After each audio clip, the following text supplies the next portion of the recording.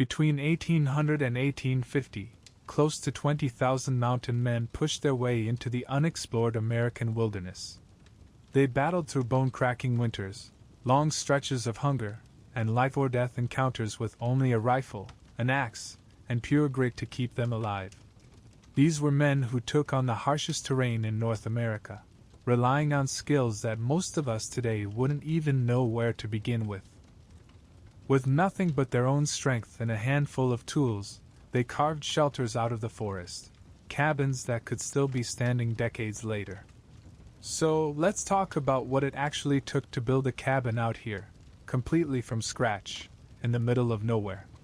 Oh, and before we dive in, quick favor. If you enjoy listening to these kinds of stories, go ahead and hit like or subscribe. Seriously, it helps a lot. And while you're at it, drop a comment with your city and the time of day right now. I always find it wild to think that someone could be grabbing breakfast in London while I'm sitting here in the States recording this late at night. Alright, let's roll back the clock to the 1830s frontier. But first, get cozy. I mean it, fluff up your pillows, pull that blanket over your shoulders, settle in. This one deserves your full attention. Your eyes flicker open to pitch-black darkness. Not the kind you know from your bedroom, where streetlights sneak in through the blinds. No, this is total, suffocating darkness, the kind that swallows everything. It's a freezing October morning in 1834, somewhere in the vast wilderness that will one day be called Montana. Right now, it's nothing but endless forest and towering mountains where the only rule is survival. The ground beneath you is rock hard, the dirt frozen solid from the night's frost. Your whole body aches from the unforgiving surface you've been sleeping on. Instead of sinking into the comfort of a mattress, you're stretched out on a rough bed of pine branches, their needles doing little more than softening the hard, frozen ground beneath you. The wool blanket wrapped around your shoulders is stiff with frost, and every breath you exhale drifts into the pre-dawn air as a visible cloud. The fire you nursed last night has burned down to nothing but fading embers, giving off almost no warmth now. Your palms burn with fresh blisters as you push yourself upright, and the ache in your body reminds you of just how unforgiving this land can be. Off in the distance, heavy clouds are gathering above the peaks, and the wind carries the sharp, metallic scent of snow. You've been in these mountains long enough to know what's coming. This isn't just another passing storm, it's the kind of storm that takes lives. Out here, there are only two choices: get a shelter built before nightfall, or risk freezing to death within a week. Most people today don't realize how little time these men had once winter truly set in. I came across a fascinating old journal in a historical society archive that put it in perspective. A mountain man had maybe 12 hours, half a day at best, to throw together the beginnings of a cabin once he made the call that winter had arrived. 12 hours between survival and disaster. That journal belonged to a trapper named Jeremiah Winters, who worked this same stretch of wilderness in the 1830s. In his writings, he described how he once raised a cabin with nothing more than a razor-sharp axe, sharp enough to split bone, hands hardened like leather, and the grim understanding that failure wasn't an option. Reading his account, you realize this wasn't some casual log-stacking project. It demanded precision, endurance, and a depth of knowledge that could only come from years of living on the edge. You stand now, stretching your sore back, feeling every muscle protest after yesterday's effort. You've already spent 3 long days searching for the right spot, and at last, you've found it, a small clearing on a gentle, south-facing slope. Best of all, it sits right beside a spring that runs year-round, even in the dead of winter. A place like this is more than convenient. It could mean the difference between life and death when the snow locks the mountains in silence. To the north, a thick wall of pine trees forms a natural windbreak, shielding you from the worst of the coming storm. From this elevated spot, you also have a clear vantage point. You'd spot anyone approaching from miles away. Out here, nothing is left to chance. Every choice you make has weight, because a single mistake could cost you your life. Picture the scene around you, Massive pines tower overhead, some trunks wider than a man's arm span 3 times over, stretching nearly 100 feet into the sky. The forest floor is a chaotic tangle of fallen logs, jagged rocks, and stubborn undergrowth. To someone unfamiliar, it might just look like endless, untamed wilderness. But to a mountain man, it's a treasure trove. Every tree, every branch, every stone holds potential. It's all raw material for survival, if you know how to use it. You reach for your possibles bag, that ever-present leather pouch carrying the bare essentials of life out here. Inside are your most trusted items: flint and steel for fire, a sturdy knife, a whetstone to keep your blade keen, a few strips of tough jerky, and a small pouch of salt.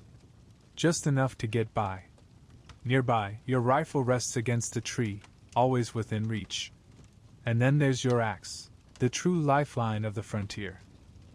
It's still buried in the stump where you left it yesterday, the steel head forged back in St. Louis, built to endure years of hard use. I once had the chance to hold one of these period axes in a Wyoming museum, and I'll never forget what the curator told me. Out here, an axe wasn't just a tool, it was survival itself. Men guarded them like treasure, often sleeping with their axe by their side rather than risk it being stolen. Without it, you were as good as dead. The first thin light of dawn barely slips through the canopy above as you crouch beside last night's fire. Only a few glowing embers remain, but that's all you need. You pull out a bundle of shredded cedar bark you've kept carefully dry, nestle it into the coals, and blow gently. Slowly, the sparks catch, and a small flame blossoms to life. Within minutes, you've coaxed it into a fire big enough to warm your stiff hands and cook a humble breakfast: jerky and the last handful of cornmeal, mixed with water into a thin, gritty porridge. It isn't much, but out here, it's fuel, and fuel is life. Here's the wild part. This kind of life wasn't some camping trip for these men. It wasn't a weekend adventure or a story to brag about later. For them, this was just another Tuesday. They lived like this for years on end, often without laying eyes on another human being. Imagine that. Months of total isolation. Honestly, I get restless when my Wi-Fi cuts out for an hour, and these guys were spending winters alone in a frozen wilderness. With your meager breakfast behind you, you grab your axe and head toward the edge of the clearing. Today's the day the real work begins. Yesterday, you marked out several lodgepole pines, tall, straight, and perfectly suited for cabin logs. Their grain runs true, and they resist rot better than most, making them the building blocks of any frontier shelter. There's an old saying I came across in a frontier newspaper from 1872, attributed to a mountain man who'd spent his life among the timber. Pick your trees like you'd pick a wife, straight, strong, and able to weather the storms. Out here, that wasn't poetry. That was survival advice. You approach the first tree, a giant, nearly 100 feet tall and about 14 inches thick at the base. Taking a long, steadying breath, you lift your axe and swing. The blade bites into the bark with a deep, satisfying thud, sending chips of wood flying. You work methodically, cutting a notch on the side where you want the tree to fall. Almost immediately, your arms begin to burn with effort, but you can't stop now. Winter doesn't wait, and neither can you. Each swing is measured, intentional. You're not just hacking at wood, you're studying it, almost as if you're having a silent conversation with the tree itself.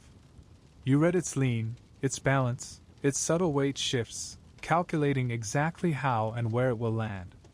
Now pause and really picture this. You're alone in a vast wilderness. If that tree doesn't fall the way you've planned, if it kicks back, twists, or pins you, there's no one coming to help. No neighbors to run for. No ambulance screaming down the road. No hospital within 1,000 miles. Out here, a single mistake could mean the end. Out here, one wrong move and you'd just be another nameless casualty of the frontier, swallowed up by the wilderness and forgotten. I once spoke with a wilderness survival expert who studies old world techniques, and he told me something incredible. mountain men developed what he called a sixth sense for trees. They could read the smallest details, the way branches shifted weight, the twist of the grain, even how a gust of wind would change the balance. It wasn't just raw muscle that brought down a tree. It was instinct, sharpened into knowledge through years of living side by side with the forest. Your axe has already carved the notch nearly a third of the way into the trunk.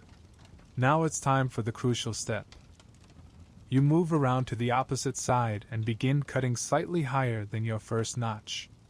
This method, passed down from native tribes and refined by generations of woodsmen, guides the fall with uncanny precision. Done right, the tree will drop exactly where you want it. Then it happens. With a flurry of heavy, decisive swings, the fibers give way, and you hear it, that sharp, splintering crack that makes your heart race. The towering pine shudders, sways for a long moment as if resisting, and then surrenders to gravity. The crash is deafening, echoing through the forest as 100 feet of solid timber slams into the earth. Birds explode from the canopy, scattering in every direction, and the ground trembles beneath your boots. The sharp, clean scent of freshly cut pine fills the cold air. One tree down. At least 20 more to go before daylight fades. Your muscles scream for rest, but there's no time to indulge. The horizon is growing darker by the minute, the clouds swollen with snow. You can feel the storm pressing closer, practically smell it riding on the wind. Maybe, if fortune's on your side, you've got 12 hours left before it breaks. And here's something most history books conveniently leave out. Shelter wasn't just for the men out here. It was just as crucial for their animals. Your horses, tethered nearby, shift uneasily as the wind whips through the trees. They sense what's coming. And make no mistake, if you lose a horse to the cold, you may as well carve your own gravestone. Without them, you're stranded. No mobility. No way to haul traps or carry pelts. No chance of outrunning predators, or hostile war parties, for that matter. One old frontier account from the 1840s put it bluntly. A wise trapper builds his horse's shelter before his own. A dead trapper still has his horse. A live trapper without a horse soon becomes dead. Out here, that was the grim truth. Your attention shifts back to the fallen pine. It still needs to be limbed, every branch stripped away until only a clean trunk remains. Your axe chops quickly through the smaller limbs, but the thicker branches demand slower, more careful work. One slip, one bind of the axe head, and you could lose precious time or worse, injure yourself. Precision is everything. Out here, every wasted movement burns calories you can't afford to spare when your body is already in survival mode, running a daily deficit just to keep you alive. By now, the sun is climbing, though its warmth barely touches you. The wind cuts sharper, and the first stray snowflakes drift down, early warnings of the storm you've been racing against.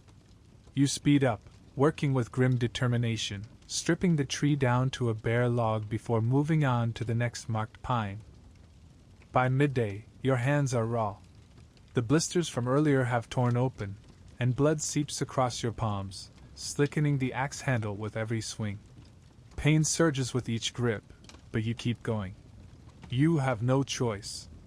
The alternative is death. 3 trees lie parallel now in the clearing, massive trunks ready to be notched into the skeleton of a cabin. During my research, I came across a chilling account from a mountain man named James Clyman. He wrote, "My hands bled so bad from the axe that my log notches filled with blood. By nightfall, I could not feel my fingers, but I kept swinging. That wasn't exaggeration, that was survival. The alternative? A shallow grave exposed by the spring thaw. Your stomach snarls, a sharp reminder you haven't eaten since dawn. You pause just long enough to gnaw a strip of jerky and scoop a drink from the spring. The water is so cold it makes your teeth ache, but it snaps you back to focus. The next tree is bigger, close to 2 feet across. You circle it, sizing up the best angle of attack, then set to work. Your muscles have settled into a rhythm, Despite the pain, each swing lands clean and true. Halfway through disaster, the axe head, loosened by 1,000 impacts, suddenly launches off the haft and vanishes into the underbrush. Well, shit, you say, staring at the useless stick left in your hand. Here's where modern life spoils us. Today, you'd drive to a hardware store and be back in an hour. Out here, a missing axe doesn't mean inconvenience, it can mean death. Heart pounding, you drop to your knees and rake through leaves and twigs, shoving aside moss and sticks. Then, there it is, the dull gleam of steel in the filtered light. Relief washes over you, but it's brief. Finding it was the easy part, now you have to fix it fast. You pull a small roll of rawhide from your possibles bag, something you've been saving for exactly this kind of emergency, and soak it with canteen water until it turns pliable. Then you get to work. You carefully trim and reshape the top of the wooden handle, the part that seats through the axe head's eye, paring it to a snug, tapered fit. You drive the head down onto the haft, check the alignment, then lash it tight with the wet rawhide, wrapping it hard. When it dries, it will shrink and clamp like a vise. Only then do you test the grip, feel the balance, and step back toward the waiting tree. You wedge the axe back together, binding the joint tight with strips of wet rawhide. As it dries, the rawhide will shrink and harden, clamping down like iron and holding the head fast. While you wait for it to set, you don't waste time. You pull out your knife and begin limbing the fallen trees. The progress is slower, each cut more tedious without the weight of the axe, but every minute counts. I once spoke with a historical reenactor who lives and breathes the old mountain man's skills, and he told me something that stuck. These men weren't just survivors, they were problem solvers of the highest order. They had to be engineers, architects, doctors, hunters, weathermen, and warriors all at once. And they did it all with maybe 10 tools total. That's the level of resourcefulness you're channeling now. After an hour, the rawhide has set enough for you to cautiously resume work. You test the axe with a tentative swing, secure for now. You'll need to keep an eye on it, but it will hold. Soon you've found your rhythm again, chopping with more confidence, the blows ringing through the clearing.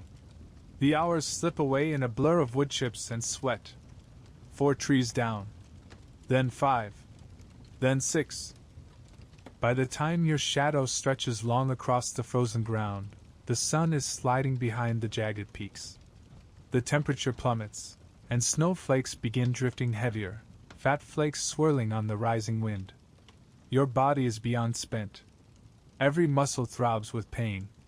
Blood has soaked through your buckskin gloves, your fingers raw and stiff. Your vision swims from fatigue.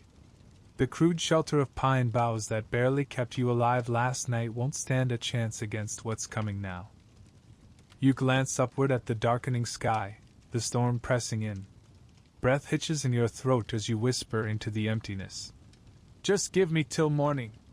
You're not even sure of who you're speaking to, but out here, a man learns to bargain with the wilderness itself.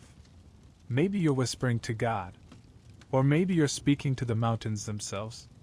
By now, 7 tall pines lie on the ground, felled and limbed. It's not enough for a finished cabin, but it's enough to begin. Tomorrow you'll need to cut more, but for tonight, you've earned something rare out here, a fighting chance. As the last light drains from the sky, you pile more wood onto the fire and force yourself to chew down strips of jerky, even though fatigue has killed your appetite. You know you'll need every scrap of energy for tomorrow's work. The wind moans through the pines, carrying with it a steady curtain of snow. You wrap yourself tightly in your blanket, stretching out beside the warmth of the flames. Your axe rests within arm's reach, as vital in sleep as in waking. Sleep takes you almost instantly, your body too drained to resist. But even in rest, your mind doesn't quit. It works silently, calculating, sketching out tomorrow's labor. You dream of notches cut into pine, of walls rising one by one, of a roof to keep the storm at bay. Out here, even your dreams have to be practical. Survival leaves no room for anything else. And unlike the deep, safe comfort of your own bed, the soft mattress, the warm covers, this sleep is fragile. You rest with one ear open, always ready to wake at the first sound that doesn't belong. The scream of a mountain lion. The mournful howl of wolves. Or worse still, the almost silent footfall of a grizzly, lured by the unfamiliar scent of man. And that's where we'll pause for tonight. Tomorrow, we'll see if our mountain man can raise walls before the full fury of the storm crashes down. But for now, as you pull your own blanket closer, let its warmth remind you just how far we've come from those desperate days, when a roof over your head meant the razor-thin line between life and death. As you drift toward sleep, imagine the weight pressing on you, the knowledge that your very survival depends entirely on what you can shape with your own two hands before the storm arrives. Something's wrong. Your eyes snap open to absolute darkness. For a heartbeat, you can't place yourself. Then it comes flooding back, the clearing, the felled pines, the storm closing in. What woke you wasn't a sound, it was the absence of one. The fire has gone cold. The bitter chill seeps straight through your wool blanket, sinking into your bones. You sit up, every muscle protesting with sharp pain. Your hands are so stiff they barely obey you, the blisters from yesterday hardened into frozen scabs that split and bleed as you flex your fingers. Snow blankets the ground around you. Not a thin layer like the night before, but a heavy 3-inch cover that must have fallen silently while you slept, draping the clearing in a white shroud. You breathe out, and your breath hangs in the air as a slow, ghostly plume of ice crystals suspended in the stillness. You turn east, searching for any sign of dawn, but the horizon is still black. No light yet. And you can't afford to wait. Every hour of daylight is priceless now. I came across a journal from a trapper named William Anderson, who described a morning just like this one. My beard had frozen to my blanket. When I tore myself free, it pulled out a patch of whiskers. My spit turned to ice before it struck the ground. But I knew if I didn't move, I'd be stiff as a board by sunup. Your fingers ache as you claw through the ashes of last night's fire, praying for a single coal to have survived. Then, there it is. A faint orange glow, buried deep in the white ash. Carefully, you nestle a handful of tinder, cedar bark you've kept tucked inside your shirt to stay dry, over the faint ember. You blow softly, steady and patient, coaxing life back into the fragile spark. A curl of smoke rises, then a flicker of flame. You feed it pencil-thin twigs, then thicker sticks, building the fire piece by piece with practiced rhythm. Out here, fire isn't just warmth or comfort. Fire is life. As the flames strengthen, you rise unsteadily and stamp your feet, forcing sluggish blood back into your numb toes. Every joint in your body aches, grinding like glass inside its socket. But you're still alive. And as long as you're alive, you can keep building. While the fire grows, you take stock of your supplies. The jerky is running low, 2 days at best if you stretch it. Your powder, mercifully, is still dry, wrapped tight in oiled cloth. The axe head remains snug on its handle, holding strong. Small victories, but each one matters. You'd even had the foresight to sleep in your boots, saving them from freezing stiff as iron. Out here, what leather might as well be stone, and stone feet won't cut timber. You wolf down a strip of jerky, washing it with a swallow from your canteen. The water inside is half ice, half slush, shocking your throat as it goes down. Around you, the forest is unnervingly quiet, muffled under the heavy snow. The silence is so deep you can hear your own heartbeat, echoing in your chest. It's the kind of silence that makes men start talking aloud, just to hear another voice. Okay, you mutter, your words rasping strangely in the stillness after days of solitude. Got to get moving. The old mountain men had a saying. Dawn to dusk swing that axe, or come spring, a bear's on your grave. Not exactly poetry, but out here, it was the gospel truth. The snowfall complicates everything.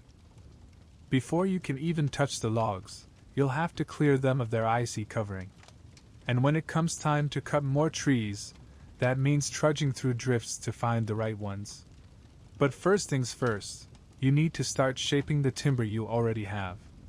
Yesterday was all about brute effort, dropping as many trees as possible to build a stockpile. Today shifts to precision, turning those raw trunks into the building blocks of a cabin that might just keep you alive. With your knife, you scrape away a patch of snow until bare dirt shows through. Then, with a charred stick pulled from the fire, you sketch a rough floor plan.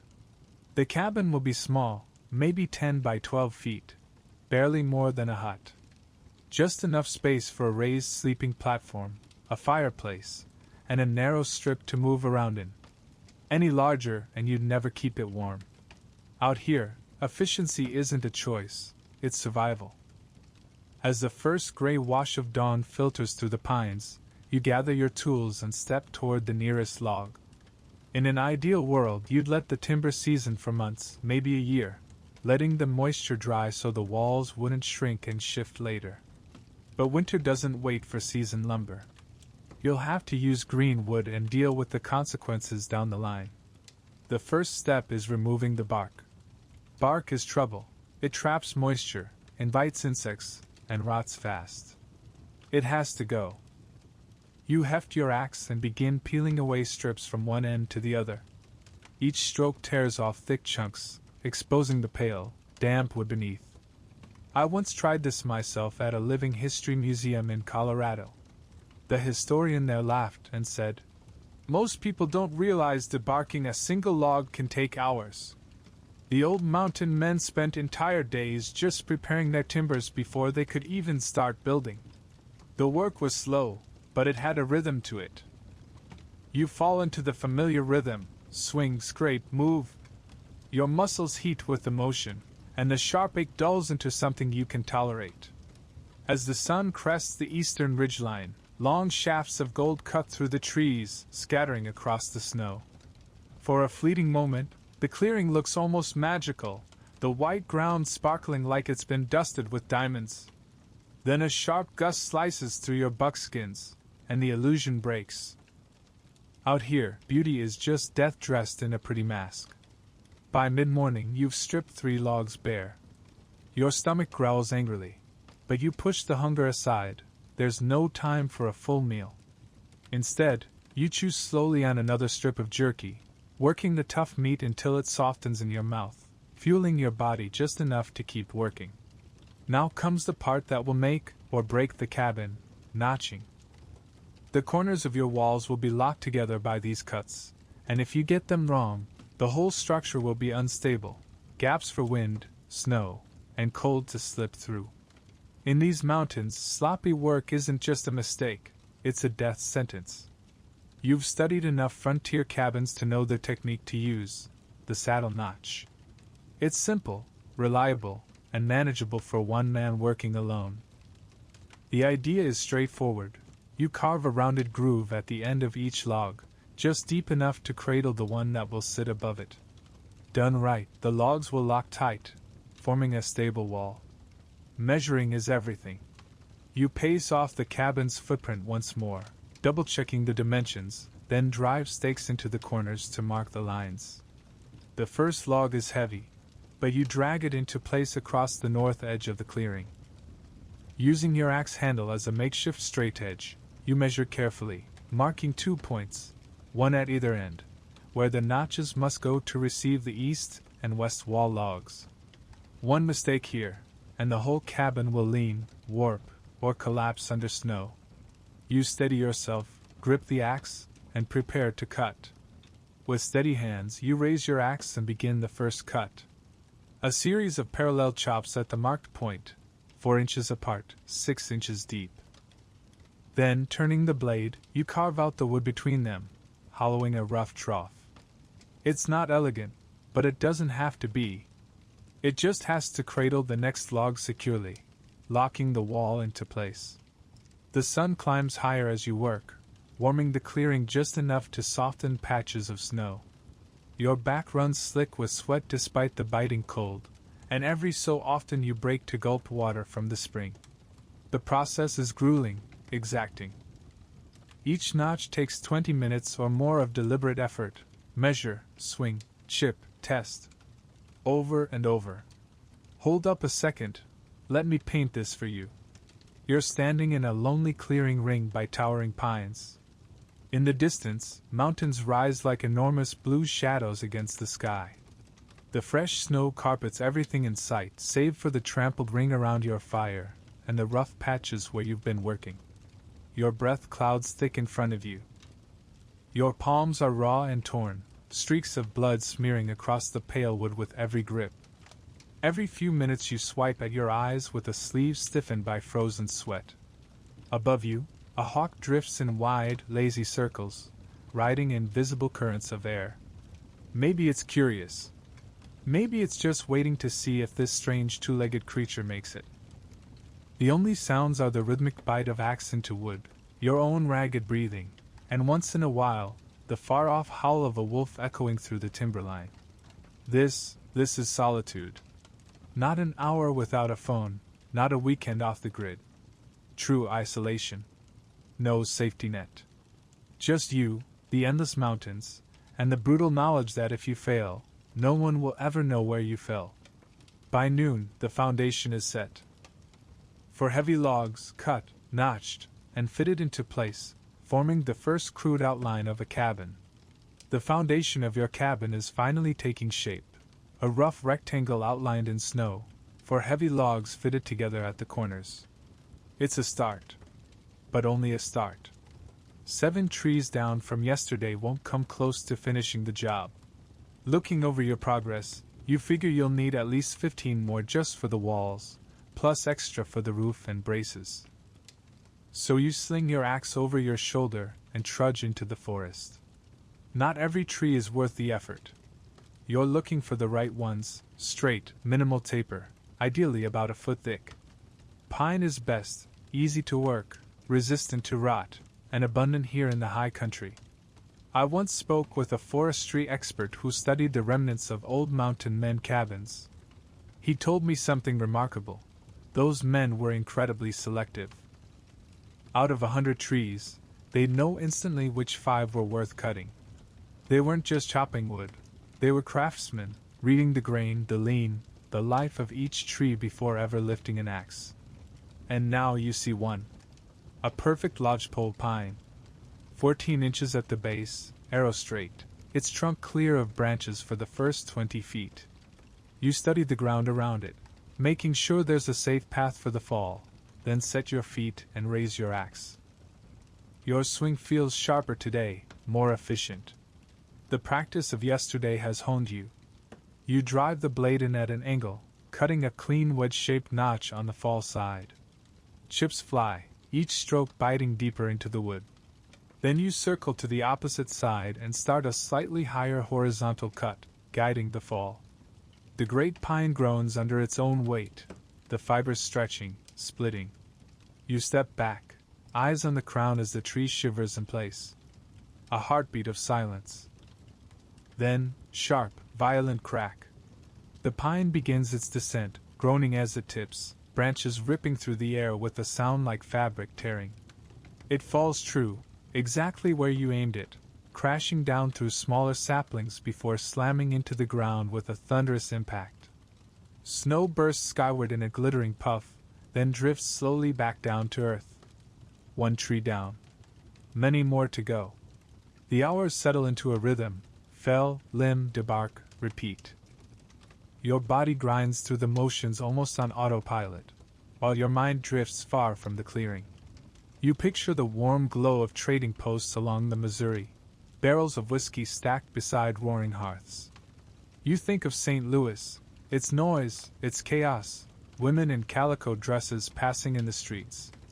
It all feels impossibly distant now, like a dream you're not sure you ever lived. In one letter I came across, a mountain man wrote to his sister back east. Sometimes I wonder if the towns still exist, or if they've vanished like morning mist. Out here, the wilderness has a way of turning civilization into a half-remembered story someone once told you by firelight. By mid-afternoon, you've added 3 more pines to your stockpile. Your hands have moved beyond pain into something worse, a numb detachment. The blisters have burst, blood soaking through your gloves, making the axe handle slick in your grip. You barely register the cold anymore, except when a sudden gust slaps you back to awareness. Overhead, the sky is thickening once more. Not just the soft fade of evening, but something heavier, storm clouds stacking high and dark in the northwest. You can feel it pressing closer. Maybe a day left, if you're lucky, before it hits in full. You turn back to the cabin site. The base logs are in place. Now comes the next step, the real test. Time to start building upward. This is where the real test begins. Raising logs by yourself is brutal, backbreaking labor. To lift the next layer, you cut smaller poles and lay them into a crude ramp, sloping up to the top of the base logs. Then, with your shoulder braced beneath the weight, you begin rolling a fresh log upward, inch by inch. Halfway up, disaster. The log shifts suddenly, jerking off balance. 2,000 pounds of pine lurches toward you, and for a split second it's either leap clear or die. You dive sideways into the snow as the log crashes back down, splintering part of the ramp you built. Son of a... You snarl, kicking at the ground in frustration. I once read a trapper's account of this exact struggle. He wrote, "Raising logs alone is a dance with death. One slip and the pine will snap your spine like a twig." He recalled seeing a man crushed flat near Fort Hall when a log rolled. They buried what little was left of him in a shallow grave and split his belongings. That was frontier justice, merciless, practical, and final. You set to work again, rebuilding the ramp, this time lowering the angle. You loop a rope around the log to steady it, hauling upward with every ounce of strength in your body. Progress is agonizingly slow, inch by inch, foot by foot, but at last the log reaches the top. It settles neatly into the saddle notches of the base layer. Success. One wall now stands 2 logs high. The rest of the afternoon blurs into sweat and strain. By sheer determination, you manage to raise 1 more log on each side before the light fades. As the sun sinks behind the peaks, the temperature plummets. The wind picks up, lashing icy needles of snow into your face. Your fingers are stiff, and your lips are cracked and bleeding from cold and thirst.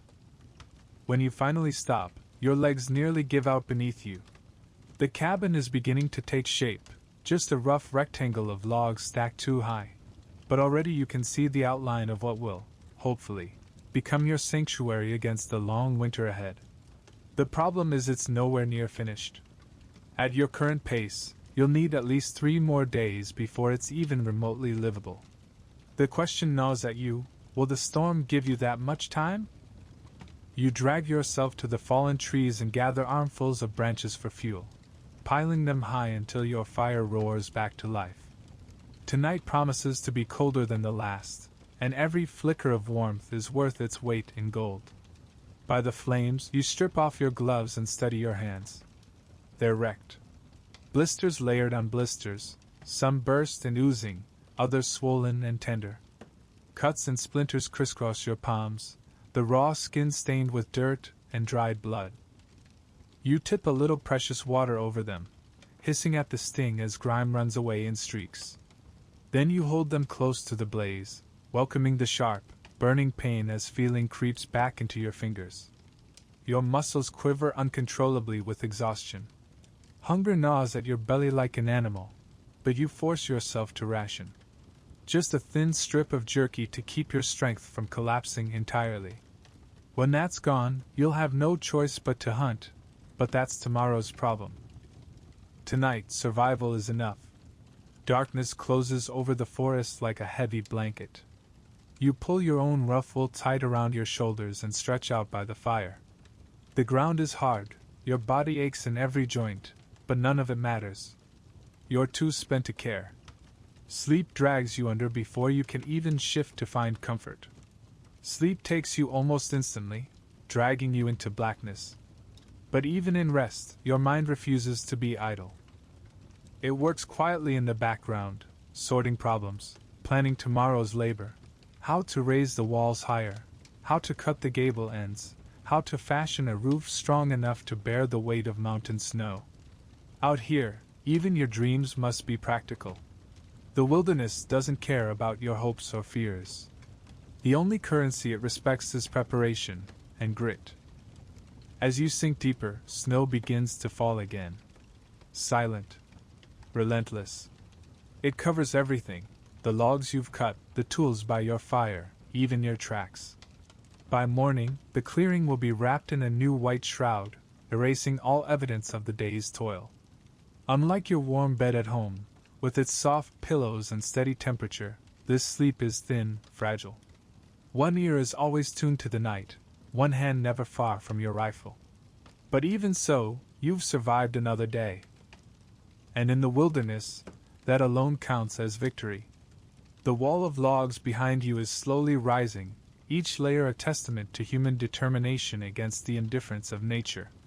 Tomorrow will bring harder work, the most difficult stage of the build. But for now, rest. Gather what strength you can. The cabin that may save your life is taking shape, log by grueling log.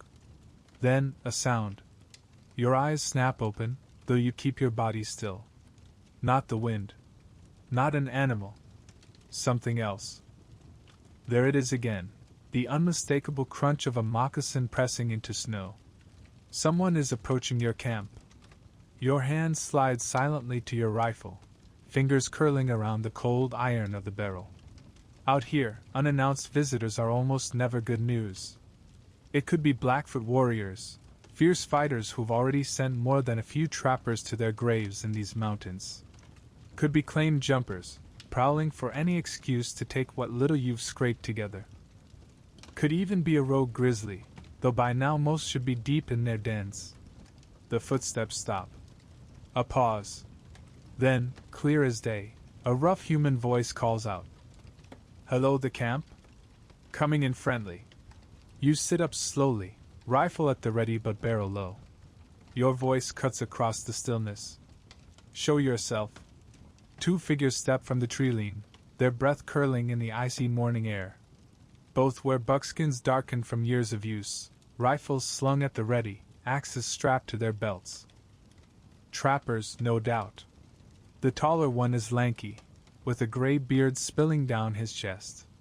The other is shorter, broad-shouldered, his face so lined and weathered it looks carved out of stone. "Name's Fitzgerald," the tall man says, jerking a thumb toward his companion. "This here's Cooper. Spotted your smoke last evening. Figured we'd see if you was alive. Or dead. I've read plenty of journals from the era, and scenes like this come up again and again." In the endless silence of the wilderness, trappers often sought each other out before winter set in. Sometimes for safety in numbers, sometimes to share skills or supplies, and sometimes just to hear a human voice after months of isolation. You lower your rifle a fraction, though it never leaves your hands. Trust out here is a slower thing. "What brings you boys this far up?" you ask, eyes still measuring them. Cooper spits a stream of tobacco juice into the snow, the dark stains spreading across the white crust. "Beaver Creek down yonder stick with pelts," he says. "But that storm comin'," he shakes his head. "That ain't no joke. Saw you was buildin'. Figured maybe we could lend a hand," Fitzgerald offers. "Make it go a little quicker." You study them in silence, weighing the risk. Their rifles are well-oiled, their gear patched but cared for, no ragged edges of desperation that might make men turn dangerous. And the truth is plain, you could use the help. "Coffee's on if you want some," you say at last, nodding toward the fire. It's as close to a welcome as anyone's going to get out here. Funny thing, I once came across a letter in an archive, written by a mountain man to his brother back east. "Met two fellows near the Yellowstone, raising a cabin. We helped stack their walls in exchange for coffee and conversation. None of us spoke on how we nearly shot each other at first light. Out here, some truths don't need saying.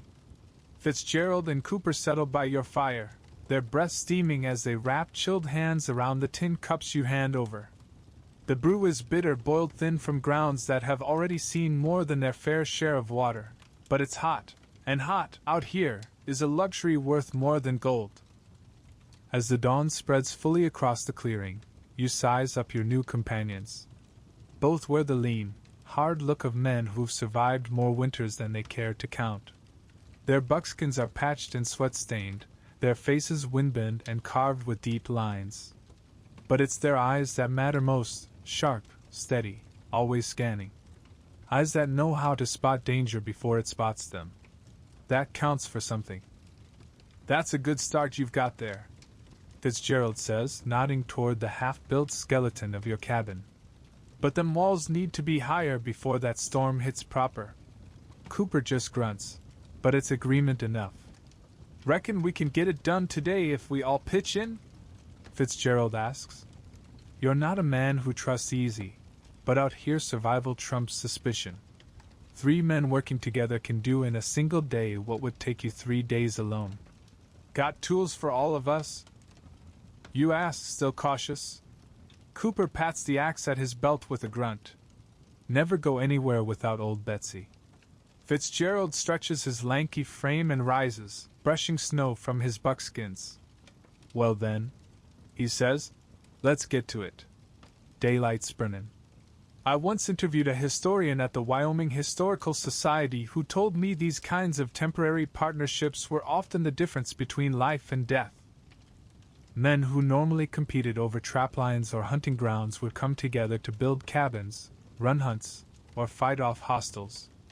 Then, just as quick, they'd split ways, sometimes without ever sharing their real names.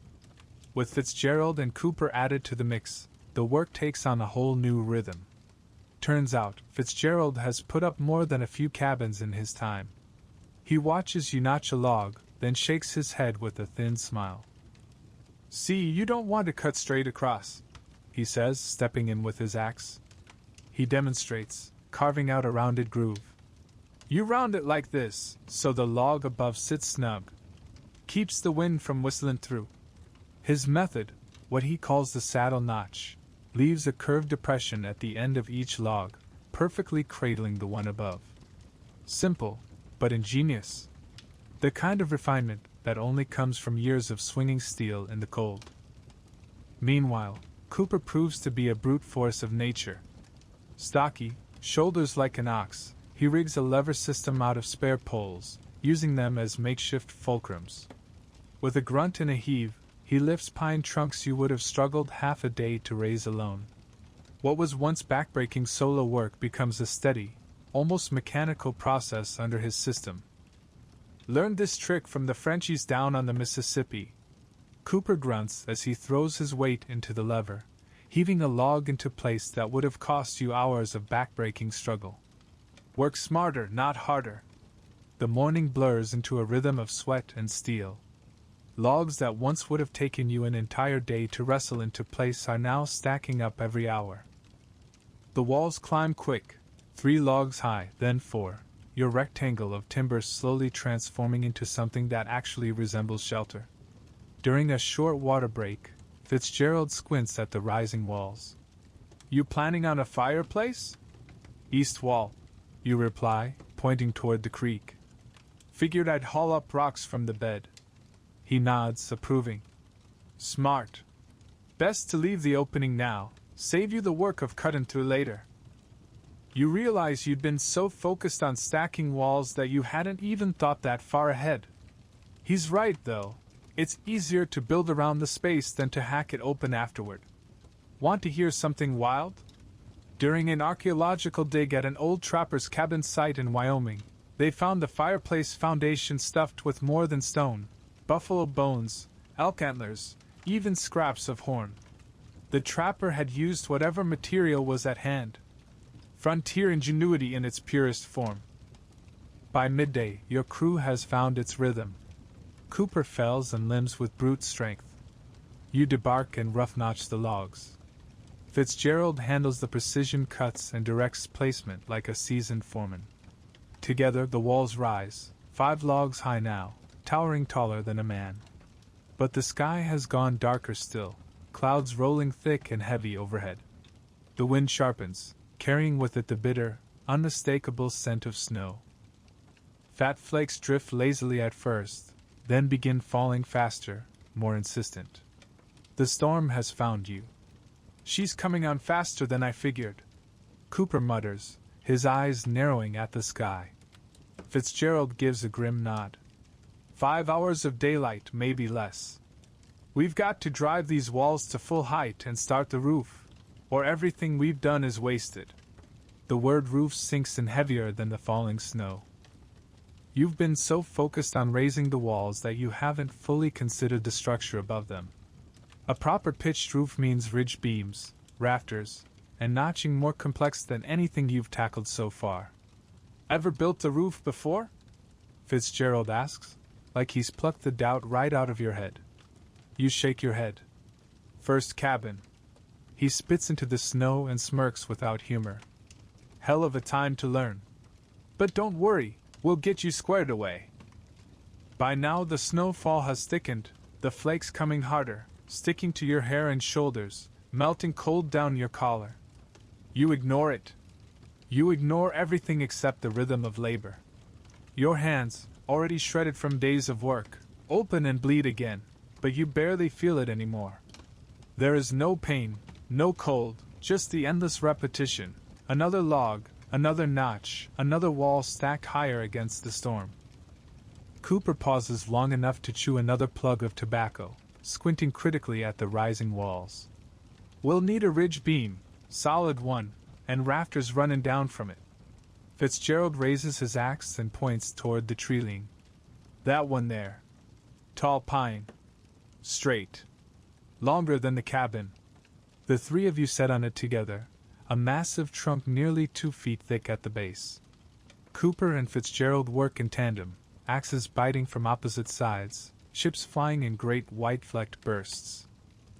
What would have cost you an hour alone comes down in minutes. The earth trembles as the pine crashes into the snow, throwing up a plume of white. Fitzgerald wipes sweat from his brow, steam rising from his shoulders despite the freezing air. Now, he says, voice hard with purpose, comes the tricky part.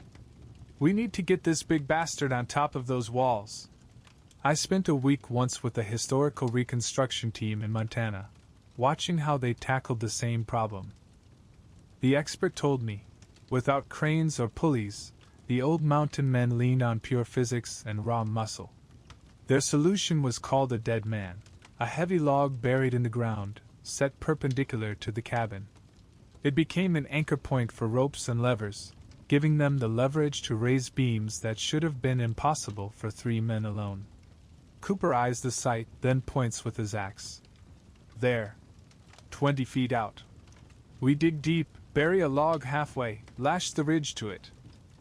Use ropes to guide her up while we shove from below. It's ingenious, though brutally labor-intensive. The three of you set to work, hacking at the frozen ground to carve out a pit. The soil is hard as stone, each strike of the axe sparking with frustration.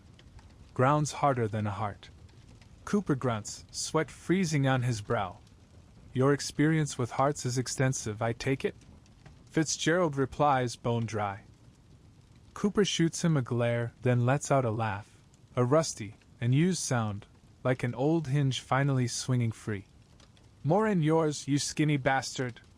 The rough banter, sharp as it is, hits you like a reminder of something you'd nearly forgotten: human connection. After weeks of silence, even crude joking feels like a bomb. A small piece of civilization, scraped raw but still alive. At last, the anchor is set, the dead man buried firm. Cooper and Fitzgerald knot together a crude rope from rawhide strips, looping it around the massive ridge beam. You take your place alongside them, each man bracing for the dangerous lift ahead. You brace yourself at the lower end of the ridge beam, hands pressed against the rough bark, every muscle coiled to push. On 3, Fitzgerald calls. 1, 2, 3. You heave upward with everything you've got. Your shoulders scream, your back feels like it's splitting in two, but the massive log begins to shift. Inch by inch, It rises, heavier than anything you've ever handled. Your vision tunnels. There's no forest, no storm, no world outside this moment. Just the weight pressing against your palms and the burning need to keep it moving skyward. Steady! Cooper bellows as the beam wavers dangerously. Don't let it roll! If it slipped now, the log would come down like a guillotine, crushing whoever stood in its path. The thought alone sends a raw jolt of strength surging through your failing body. Finally, after what feels like an eternity, the ridge beam crests the wall. With gritted teeth and grunts of effort, the three of you wrestle it into place along the cabin's central axis. Hold it! Fitzgerald shouts. Then, with surprising agility for his lanky frame, he scrambles up onto the wall. Moving fast, he lashes the beam with rawhide strips, securing it just enough to hold until proper notching can be done. Above, the sky grows heavier, darker, not just with the falling evening, but with the storm rolling in thick and fast. Snow pelts down now in steady sheets, clinging to your shoulders, your hair, weighing you down as you work.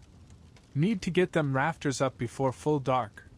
Cooper growls, already hacking at smaller trees with swift, brutal strokes. You've never worked so hard, or so fast, in your life. Every swing, every cut, every haul is fueled by a single thought. If the roof isn't started before nightfall, this cabin won't stand a chance.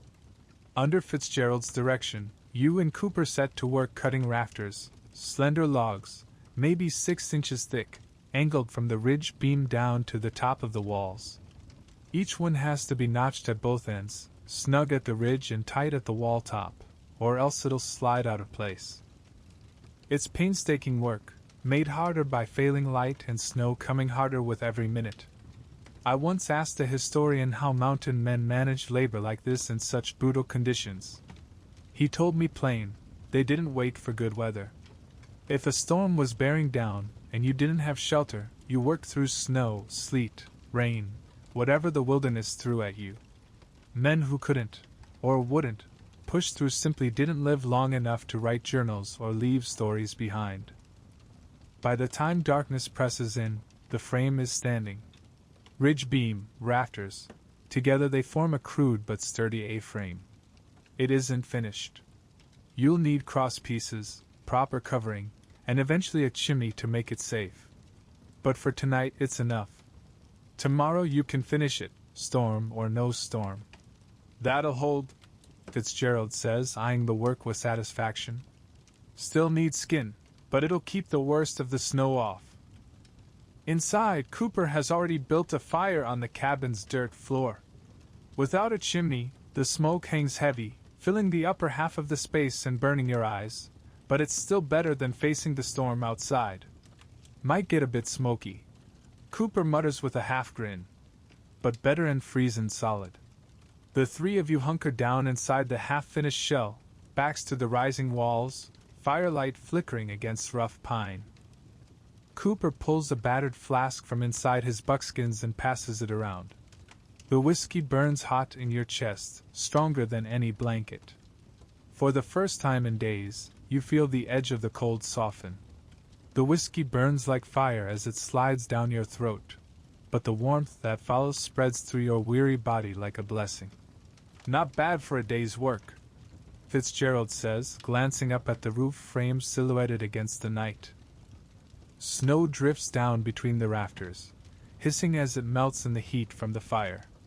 Would have taken me days on my own, you admit, taking a small sip before handing the flask back. Cooper shrugs, his voice low and rough. Man alone out here's just waiting to die. Ain't natural. And he's right.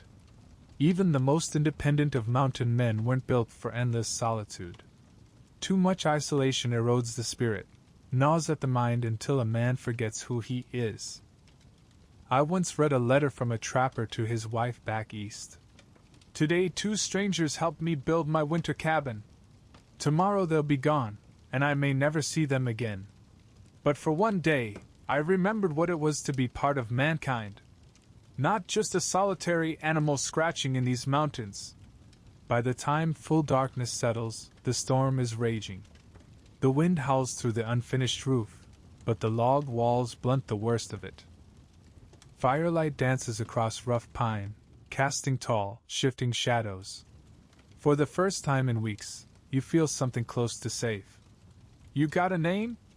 Fitzgerald asks at last, breaking a silence that's grown heavy with the storm. You tell them.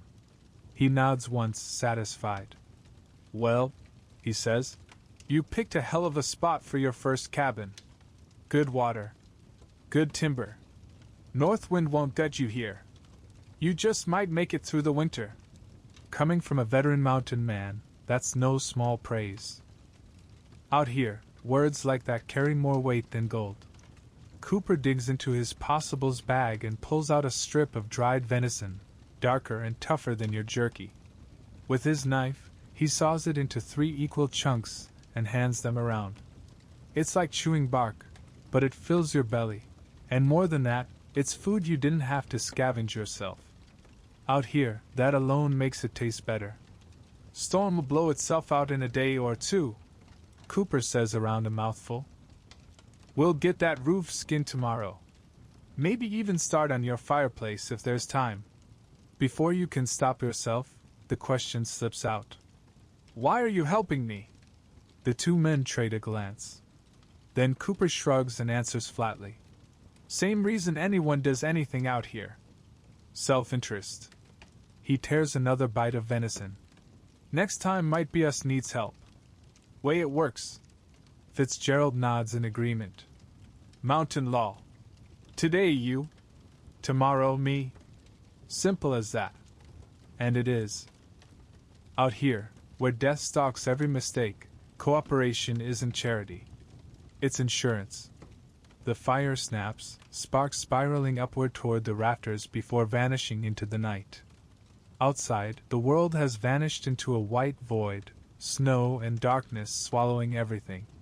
But inside these 4 rough walls, walls cut and stacked with your own hands, there is warmth, there is food, and for tonight at least, there is human company. You glance down at your hands in the firelight. The worst of the bleeding has stopped. The constant labor has finally hardened your palms, blisters giving way to callus. Another small victory scratched out of the wilderness. As exhaustion drags you down, you take in the cabin around you. Just days ago, these were living trees. Now they're the bones of a home, a fortress against the brutal winter pressing close. Fitzgerald and Cooper are already snoring, bundled in their blankets on opposite sides of the fire. Tomorrow will demand more sweat and more pain, but tonight, for the first time, you're sleeping inside walls of your own making. It's nothing like a modern bedroom where warmth comes with the twist of a dial. Here, the fire must be tended through the night, fed or it dies. Smoke stings your eyes and leaves your chest tight. The ground beneath you is still unforgiving, but the log walls break the wind, and the rafters catch most of the falling snow. By no measure is this comfort, but in the wilderness, it's the thin line between living and dying. As sleep pulls you down, a single thought echoes through your mind: I might just survive this winter after all. That night, while the storm lashes at the mountains and the fire dwindles low, your dreams don't drift to St. Louis or the comforts of civilization. Instead, you dream of your cabin complete, rafters covered, a stone fireplace glowing, maybe even a rough-hewn table and chair. Not escape from the wilderness, but mastery of it. One log at a time. Something cold splashes your cheek. You jolt awake, disoriented. Another drop follows, striking your forehead, meltwater dripping through the unfinished roof. The fire has burned to dim embers, casting the interior in a dull red glow. Outside, the storm howls like a living thing, furious at being barred from your fragile fortress. Cooper and Fitzgerald are already up, crouched near the embers. Cooper prods the coals with a stick, coaxing sparks back to life, while Fitzgerald feeds in thin slivers of kindling, his face lit by the faint flicker of flame. "Morning," Fitzgerald says when he sees your eyes open. "Hope you weren't planning on sleeping in." Cooper grunts, already pulling on his boots. Storm's getting worse. We got work to do. You push yourself upright, every muscle screaming in protest. Even with walls around you, the cold has seeped in, leaving you stiff and damp. Snow lies in a thin crust across everything, the floor, your blankets, even your tools, drifted down through the gaps in the unfinished roof. Roof's got to be finished today. You mutter, though everyone already knows it. Fitzgerald nods. And that fireplace. Can't keep burning on the dirt floor. Smoke's choking us near to death. He's right. The air inside is thick, hazy, each breath stinging your eyes and rasping your throat raw. A chimney would solve it, pulling the smoke up and out, but that means stonework, a skill you've never had to master before. I came across an old trapper's journal at the Montana Historical Society. In 1834 he wrote, "Built my fireplace twice. First smoked me near to suffocation. Tore it down and built again, chimney taller, throat narrower. Second one worked a charm. Lesson learned the hard way. Out here, most lessons are. For breakfast, you chew the last of your jerky, washing it down with a cup of snowmelt warmed over the rekindled fire. Cooper digs out another strip of dried venison from his pack and passes it over without a word. The meat is tough, but it fills the hole in your belly. Fitzgerald, ever practical, pours a small pouch of parched corn into boiling water, stirring until it softens into a thin porridge. It isn't much, but compared to the gnawing emptiness of yesterday, it feels almost like a feast. Fitzgerald offers you a spoonful of porridge, and you take it gratefully. It's thin but hot, and hot food is worth more than gold out here. Once we get the roof on, Cooper says between bites, I'll try for some fresh meat. Saw deer's sign by the creek yesterday. Good, Fitzgerald replies. Man can't work on jerky alone. Not in this cold. With food in your belly and the fire's warmth lingering in your bones, you ready yourself for the day's labor. The storm has only worsened overnight. When you shove aside the makeshift door, a flap of canvas strung across the opening, you're hit with a wall of white. Snow pours down so thick you can barely see the tree lean. Jesus, you mutter, ducking back inside. Cooper peers over your shoulder, squinting. Seen worse, he says, then shrugs. Not much. Roof first, Fitzgerald says firmly. Then the fireplace. If we're lucky, both by nightfall. You once spent a whole winter alone in these mountains with nothing but a history book and a journal for company. I remember reading an entry from Osborne Russell, a mountain man of the 1830s. He wrote, "The hardest part of winter isn't the cold or the hunger. It's the silence. You start talking to yourself just to hear a voice. By February, you're holding full conversations with your rifle." Stepping outside now, you understand him. The world is muffled under snowdrifts, knee-deep in places, sculpted by the wind. The cold bites through your buckskins like a blade, stealing your breath, but there's no choice. Work waits, and no one else will do it. First order of business, covering the roof. The rafters are set, but they need crosspieces laid across them and then some kind of waterproof layer to shed the snow. Without it, the cabin will flood and freeze from above before it ever saves you. Purlins, Fitzgerald says, pointing toward the stack of smaller logs you'll need. We lay 'em across the rafters, then cover the whole thing with bark or boughs. Cooper is already trudging toward a cluster of saplings at the clearing's edge. These'll do, he mutters, running a calloused hand along their trunks. Straight, flexible, no more than 6 inches thick. Perfect. With axes in hand, you and Cooper set to work. The saplings fall quickly, each one dropping after just a few solid strokes. Meanwhile, Fitzgerald works on another angle. He kneels beside one of the larger logs you'd felled earlier and begins peeling away sheets of bark, sliding his axe carefully beneath the thick outer skin. Pine bark'll do in a pinch, he explains. Peel it in big sheets, lay 'em overlapping like shingles. Won't last forever. but it'll hold the snow till spring. I once spoke with a wilderness survival expert who specialized in these old techniques. He told me bark roofing was common among mountain men, pine, spruce, cedar, whatever they had. The trick was pulling the bark in the largest sheets possible and laying it bottom to top, so runoff shed like a proper shingle roof. In dry conditions, such roofs could last a season or two. The storm doesn't let up. Snow thickens around your boots, soaking through the leather until your toes are blocks of ice. Your fingers go numb inside stiff gloves, but you work anyway. Cooper fells the saplings. You drag them into the clearing. Fitzgerald sets them in place across the rafters. Slowly, a rhythm emerges: cut, haul, place, repeat. By midday, the crosspieces are laid, a lattice across the rafters sturdy enough to bear the bark and boughs. The frame of your roof is finally ready for its skin. The smaller logs now run horizontally across the rafters, forming the latticework needed to hold the bark covering. The next step: hauling the bark sheets up onto the roof. Easier said than done. The sheets are heavy, made heavier still by snow soaking into the fibers. Worse, they're brittle. Bend them too far and they split. Careful with that, Fitzgerald warns as you wrestle one awkward slab into place. We ain't got time to peel more. To make things easier, Cooper lashes together a crude ladder from saplings and rawhide strips.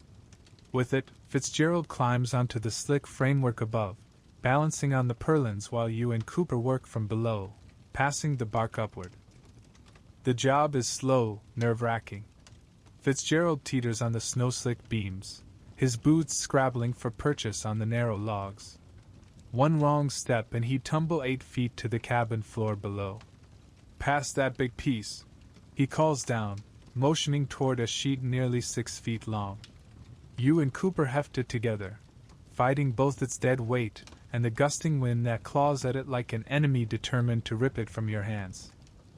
Fitzgerald leans down, fingers outstretched, and grabs the edge, just as his foot slides off the purlin. For a heartbeat, he's gone. Then he throws his weight back, arms pinwheeling, barely catching himself. Son of a bitch, he gasps, steadying his stance. Cooper shakes his head, grinning despite the danger. Told you you're too old for roof work. And I told you to kiss my ass? Fitzgerald snaps back, though there's no real bite in it. The easy rhythm of their barbs tells you one thing: these men have done this before. I once came across a memoir from a trapper named William Hamilton, who told of a close call during cabin building. Slipped from the roof beam, caught myself with one arm, dangled there 20 feet up, certain I was bound for glory. Jenkins grabbed my wrist and hauled me back up like I was no heavier than a rabbit. Never spoke of it after, just expected the same from me when his time came. That was the code out here. You saved a man today, tomorrow he saved you. By early afternoon, half the roof is in place. The bark sheets aren't elegant, but they overlap well enough to shed snow. Where gaps appear, Fitzgerald stuffs moss and pine needles, pressing them into the seams for insulation. Crude but effective. With Fitzgerald perched above, still laying bark, you and Cooper turn to the next task, the fireplace. In truth, it's the most important piece of the cabin. Without steady heat, the cold here will kill faster than hunger. The east wall has already been left with an opening, about 4 feet wide, framed with shorter logs cut for the purpose. That gap is where the fireplace and chimney will rise. Need rocks, Cooper says simply, pulling his axe across his back as he trudges toward the creek. Big ones for the base, smaller for the stack. You follow him through knee-deep snow, breath steaming in the sharp air. The creek lies about 50 yards from camp, half frozen, its edges rimmed with ice while the center runs dark and fast. Along its banks, river stones of every size lie half buried in snowdrifts. Cooper squats, jabs a mittened hand toward the largest. Start with them. Build solid from the bottom up. The rocks are brutal, some easily tipping over 100 pounds. You claw them free from the snow with numb hands, then strain to roll them up the slight incline toward the cabin. The footing is treacherous, the snow dragging at your legs, every movement a fight. By the time you've hauled enough for the base, your gloves are soaked through, your hands raw and bleeding again. But there's no stopping. Cooper is already at work, setting the biggest stones in a wide semicircle against the opening in the east wall. "We'll need mortar," he says, eyeing the ground. "Frozen solid, though. Could melt snow," you suggest. "Mix it with dirt from the cabin floor?" He nods. "That'll do. Clay'd be better, but if we ain't got it, dirt'll have to serve. Might toss in pine needles. My pa used to bind it that way back in Kentucky." I once read a settler's letter describing a trapper's fireplace that used something even stranger. The man had mixed deer blood with his mud mortar. Claimed it made it set harder. Whether that was truth or pure superstition, I can't say, but that chimney was still standing years after the rest of the cabin had rotted away. While Cooper keeps arranging the foundation stones, you grab a shovel and scrape at the cabin floor, clearing away the frozen crust until you hit softer soil beneath. You pile the dirt into a pot, carry it to the fire still burning low inside, and heap snow into it. Slowly, the ice melts, mixing into muddy slurry, the beginnings of your frontier mortar. Outside, the storm shows no mercy. Snow drives sideways in the wind, stinging like needles, and the air grows sharper by the hour. Your breath freezes in your beard until tiny ice crystals hang from it, chiming faintly when you turn your head. Above, Fitzgerald works with calm precision, moving sheet by sheet along the rafters. He overlaps each slab of bark with the next, snug and deliberate, years of practice guiding every motion. "Almost done up here," he calls down through the storm. "How's that fireplace coming?" "Getting there," Cooper answers without looking up, his hands busy with stone and mud. You kneel over the pot of melted snow and cabin floor dirt, mixing until the mud turns thick and sticky. Following Cooper's advice, you stir in a fistful of pine needles with a stick. The mixture is ugly, but when you squeeze a lump in your fist, it clings together.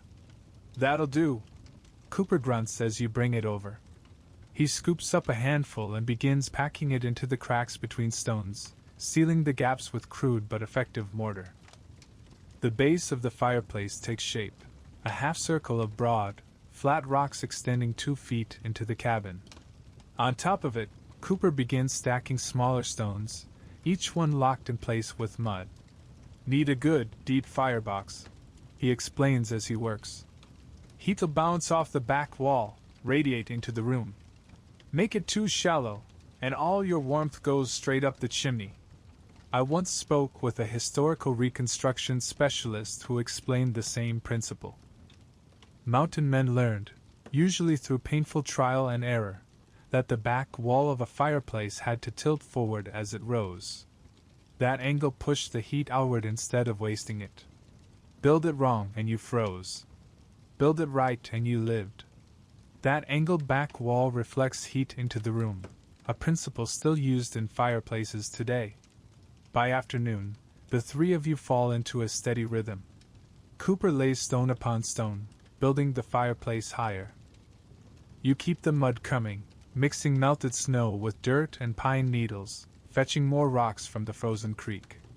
Overhead, Fitzgerald finishes the roof covering and sets to work on a door, splitting smaller logs and lashing them together with rawhide until a crude but solid barrier begins to take shape. The work itself keeps you warm.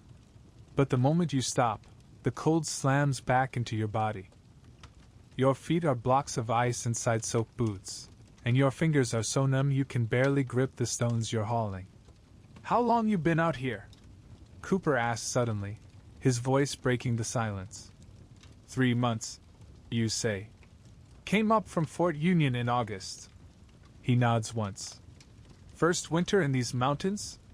"Yeah." He and Fitzgerald trade a look, quiet, but heavy with meaning. Everyone knows the truth. First winters are when most men die.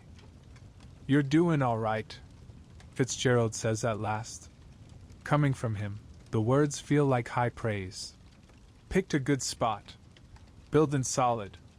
Their approval warms you in a way the fire can't. It reminds me of a journal entry I once read from a first-year trapper. Birch inspected my cabin today. Thought they'd laugh at my crude work, but he only nodded and said, "You'll live." It was like a governor's commendation. Out here, respect from veterans was worth more than gold. By late afternoon, the fireplace rises to the top of the log walls. The base is solid, the firebox deep and angled just right. But now comes the hardest part, building the chimney high enough to draw the smoke out instead of choking you inside. The chimney has to rise above the roofline and draw cleanly, or the whole cabin will choke with smoke.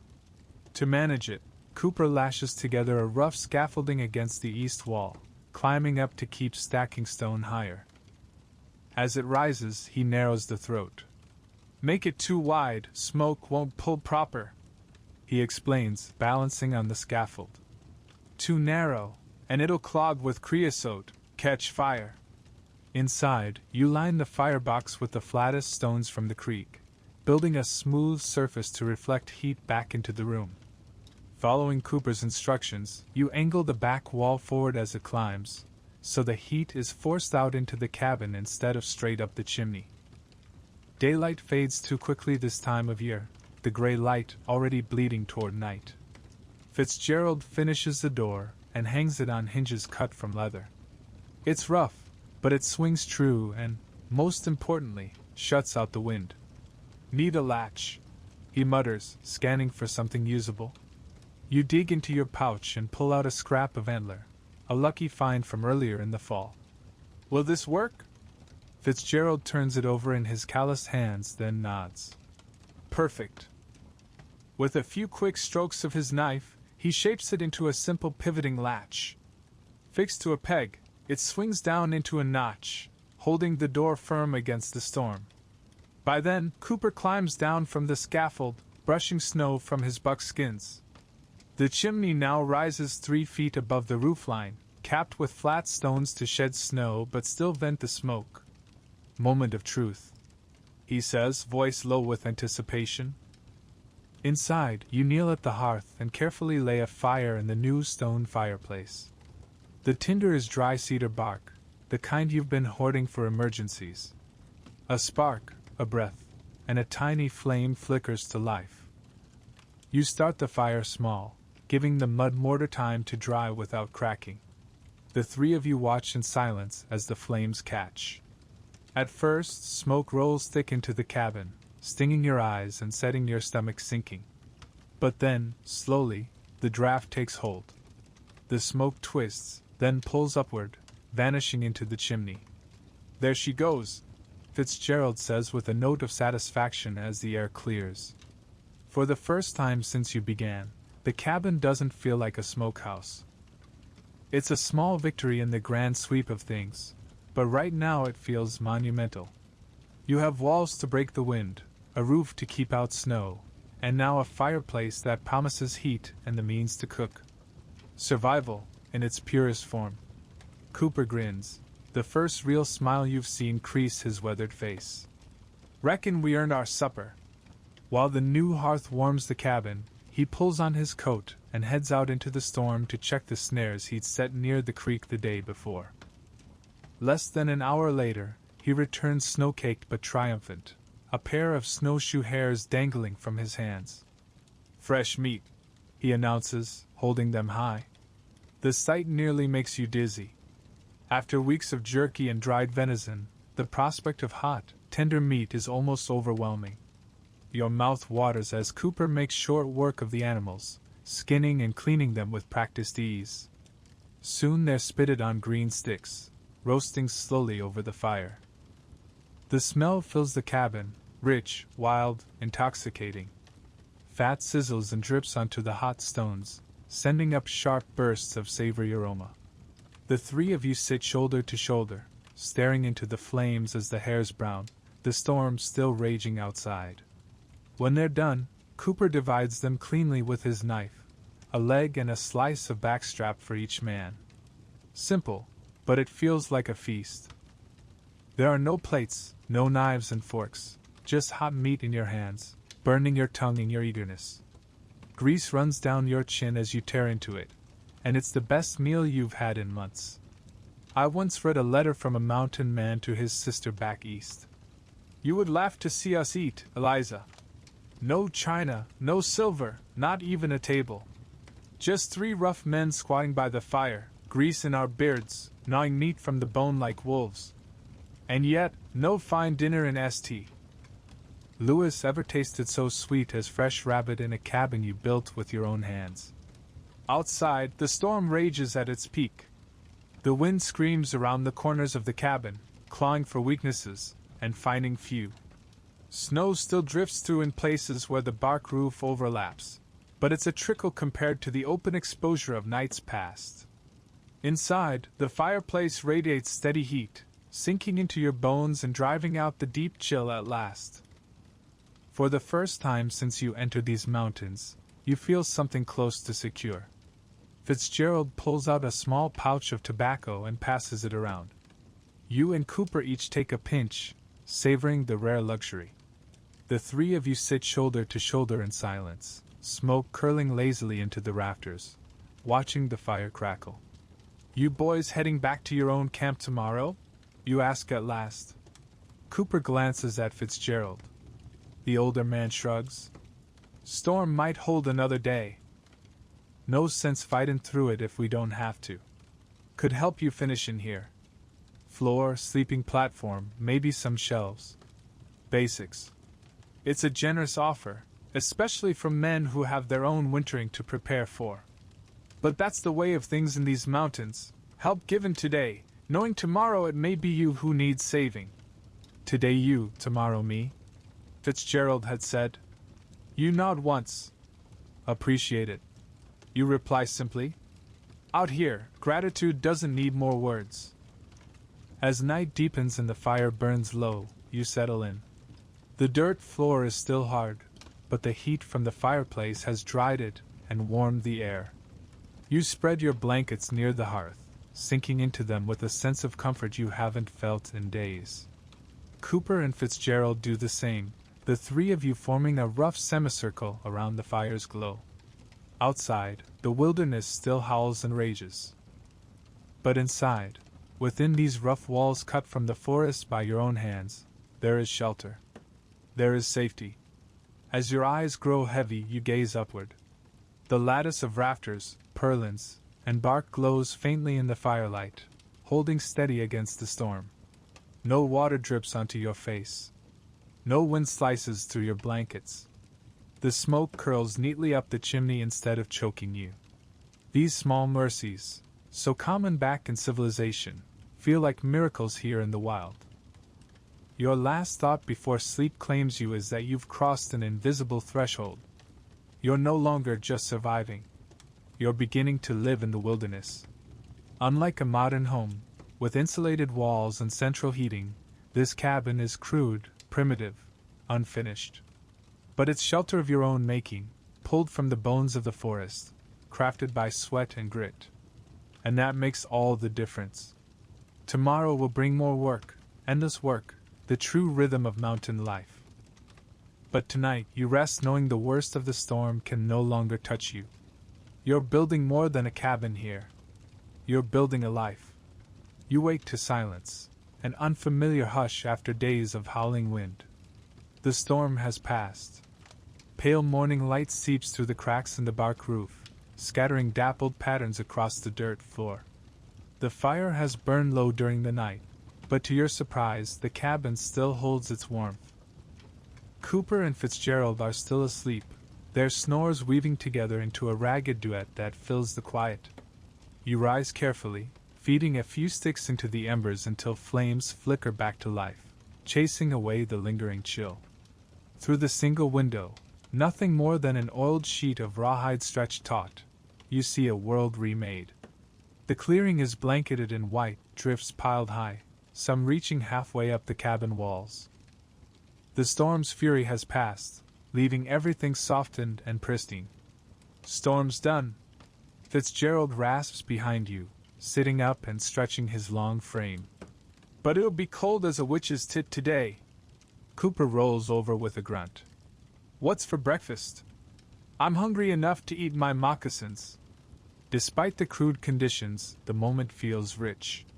The cabin, your cabin, has withstood its first trial. The roof held. The chimney drew clean. The walls turned aside the worst of the wind. It's far from complete, but it has proven itself. I once came across a diary entry from Hugh Glass, the legendary mountain man himself. First morning in my own cabin after the storm broke. The fire still warm, the walls tight, the wind kept out. I felt like a king in his castle. Out here, that's exactly what this feels like. Never thought 4 walls and a roof could feel like a palace. Truth be told, you nearly cried into your coffee like some soft town boy. Breakfast is the last of the rabbit from the night before, reheated over the new fire. Somehow, it tastes even better after sitting overnight, the flavors richer, more concentrated. You eat in silence, savoring each bite, knowing food will never stop being a concern in the long winter ahead. Fitzgerald wipes his mouth with the back of his hand and glances at your timber pile. He's right, you'll want a proper floor. More than comfort, it's protection. Cold and damp kill more mountain men than bullets or bears ever did. Got enough straight logs left for joists? Should have. You reply. Cut more than I needed for the walls.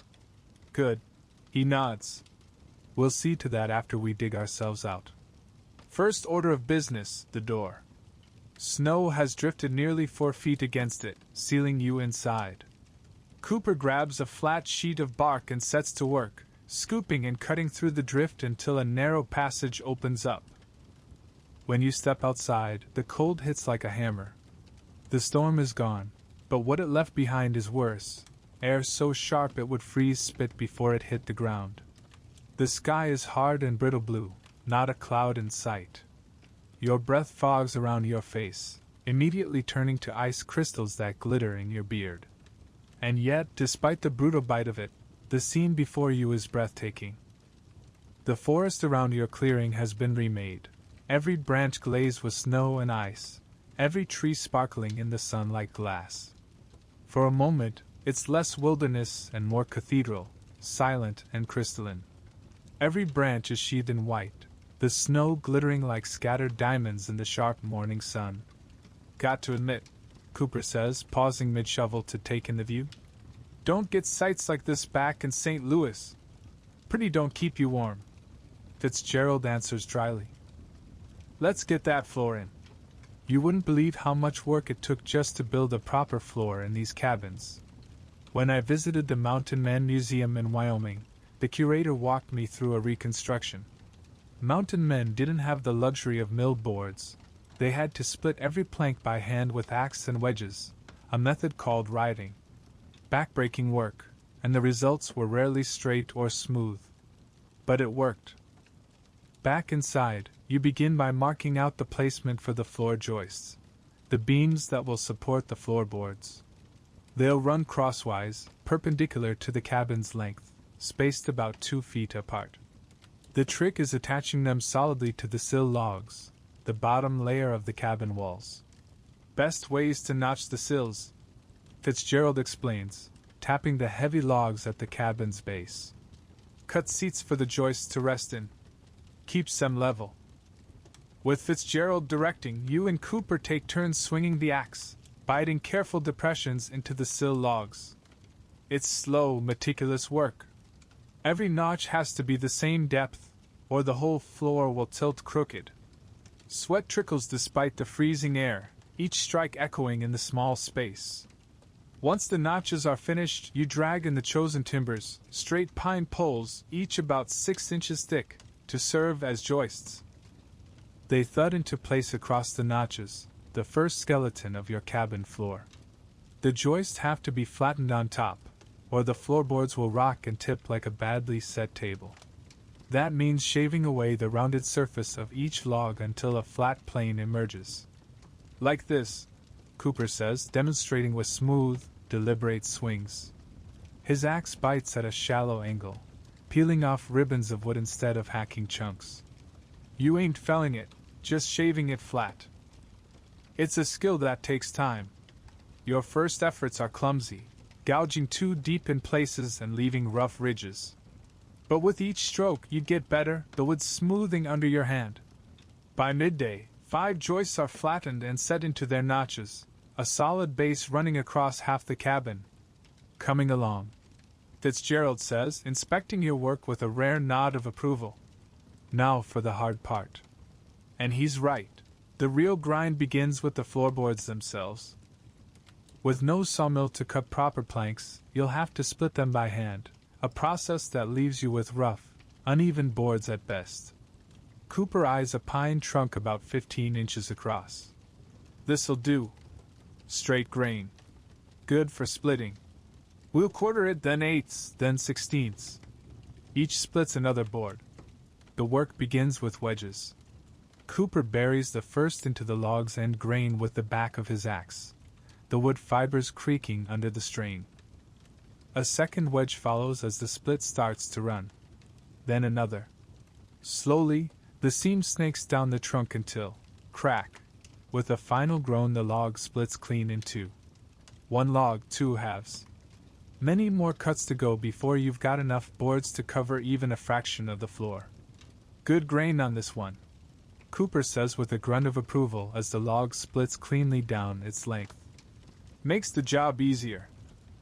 I once read the account of a pioneer woman who watched her husband and brothers build their own cabin floor.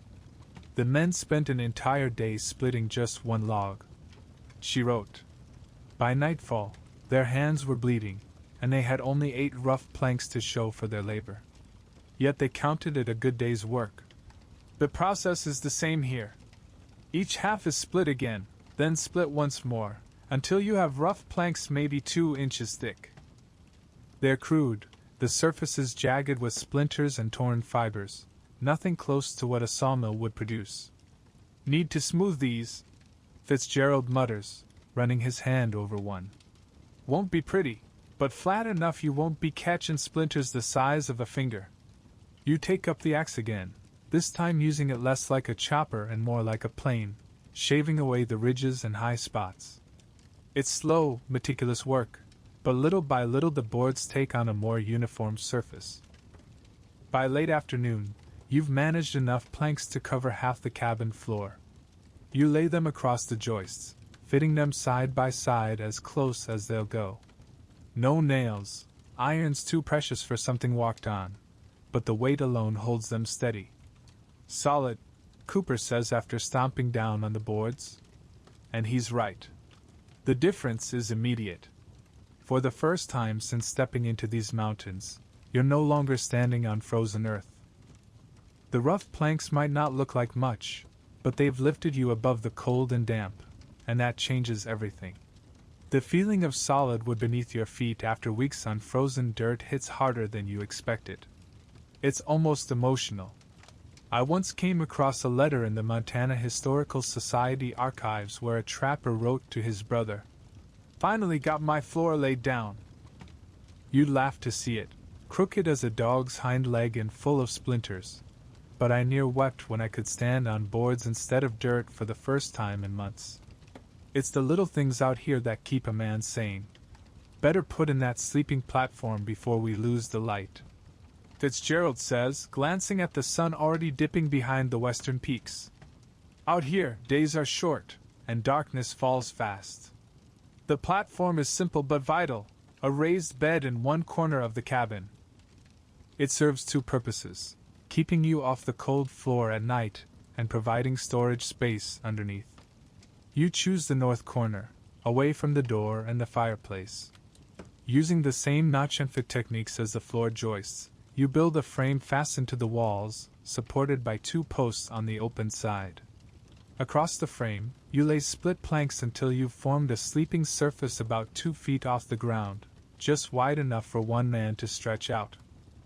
Might want to heap it with pine boughs, Cooper suggests. Makes for a softer bed, Fitzgerald adds, and warmer. Air space underneath keeps the cold from climbing into your bones. By the time it's done, You step back and look around. With half a floor laid and a proper sleeping platform built, the cabin feels different. Less like a crude shelter hacked together in desperation, and more like a place a man could truly live. The transformation is remarkable. Considering it was nothing but standing trees just days ago, the transformation is astonishing. As night settles, Cooper slips out once more to check his snares. He returns empty-handed this time but shrugs it off. Can't expect rabbit every day. Try again tomorrow. Dinner is simple, jerky and the last of Fitzgerald's parched corn, warmed by the fire. The flames flicker across the rough-hewn floor and new log walls, shadows dancing like spirits on timber that was alive only a week before. You did good, Finn, in this spot, Fitzgerald says at last, breaking the long silence. Good water. Good timber. South-facing slope. Picked like a man who knew what he was after. Coming from him, it's the closest thing to a compliment you've heard, and it warms you almost as much as the fire itself. Got lucky, you admit.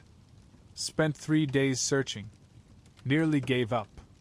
Luck's just preparation meeting opportunity, Cooper says with a grunt. You knew what to look for. You found it. And he's right. You might be new to raising a cabin, but months in the mountains have taught you what matters. Water that won't freeze, timber that won't rot, a slope that catches the sun. Luck helped, but knowledge guided your steps. How long you two been out here? You ask, curiosity finally getting the better of you. Fitzgerald and Cooper trade a glance, some silent conversation passing between them. Then Fitzgerald speaks. Came up the Missouri in 28. Signed on with the Rocky Mountain Fur Company. Been working these mountains ever since. 6 years? You say impressed. Many men don't last 1 season. He nods slowly, eyes reflecting the firelight. Most don't. Coop's been out longer, Fitzgerald says, jerking his chin toward the fire. Tell him, co-op. Cooper doesn't answer right away. He just stares into the flames, the lines on his face cut deeper by the flickering light. Finally, he says, since 22. Rode with Ashley's first expedition. Seen the elephant, as they call it. 12 years in the mountains. It's staggering. Most men don't last one.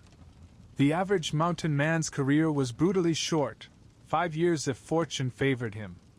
Hostile tribes, grizzlies, accidents, starvation, the wilderness had 100 ways to kill a man, and usually did. I once came across a census from the American Fur Company in 1830. The numbers showed the average age of death for trappers was just 35. A researcher at the Denver Museum told me flat out, these men were tough beyond imagining, but the mountains were tougher. To last more than a decade wasn't just impressive, it was nearly miraculous. You boys got plans for spring? You ask. Fitzgerald shrugs. Same as always. Follow the beaver sign. Try not to get scalped or eaten. Maybe head down to rendezvous if the pelts are good. Green River again, I heard, Cooper adds. The annual rendezvous was the closest thing to civilization most of these men ever saw. A few weeks each summer where hundreds of trappers, traders, and tribes gathered in one great valley. Pelts changed hands for powder, whiskey, and bright trade goods. Gambling, drinking, storytelling, the pressure valve after a year of solitude. You should come along, Fitzgerald says, his eyes on you. If you make it through winter, that is. It's both an invitation and a reminder.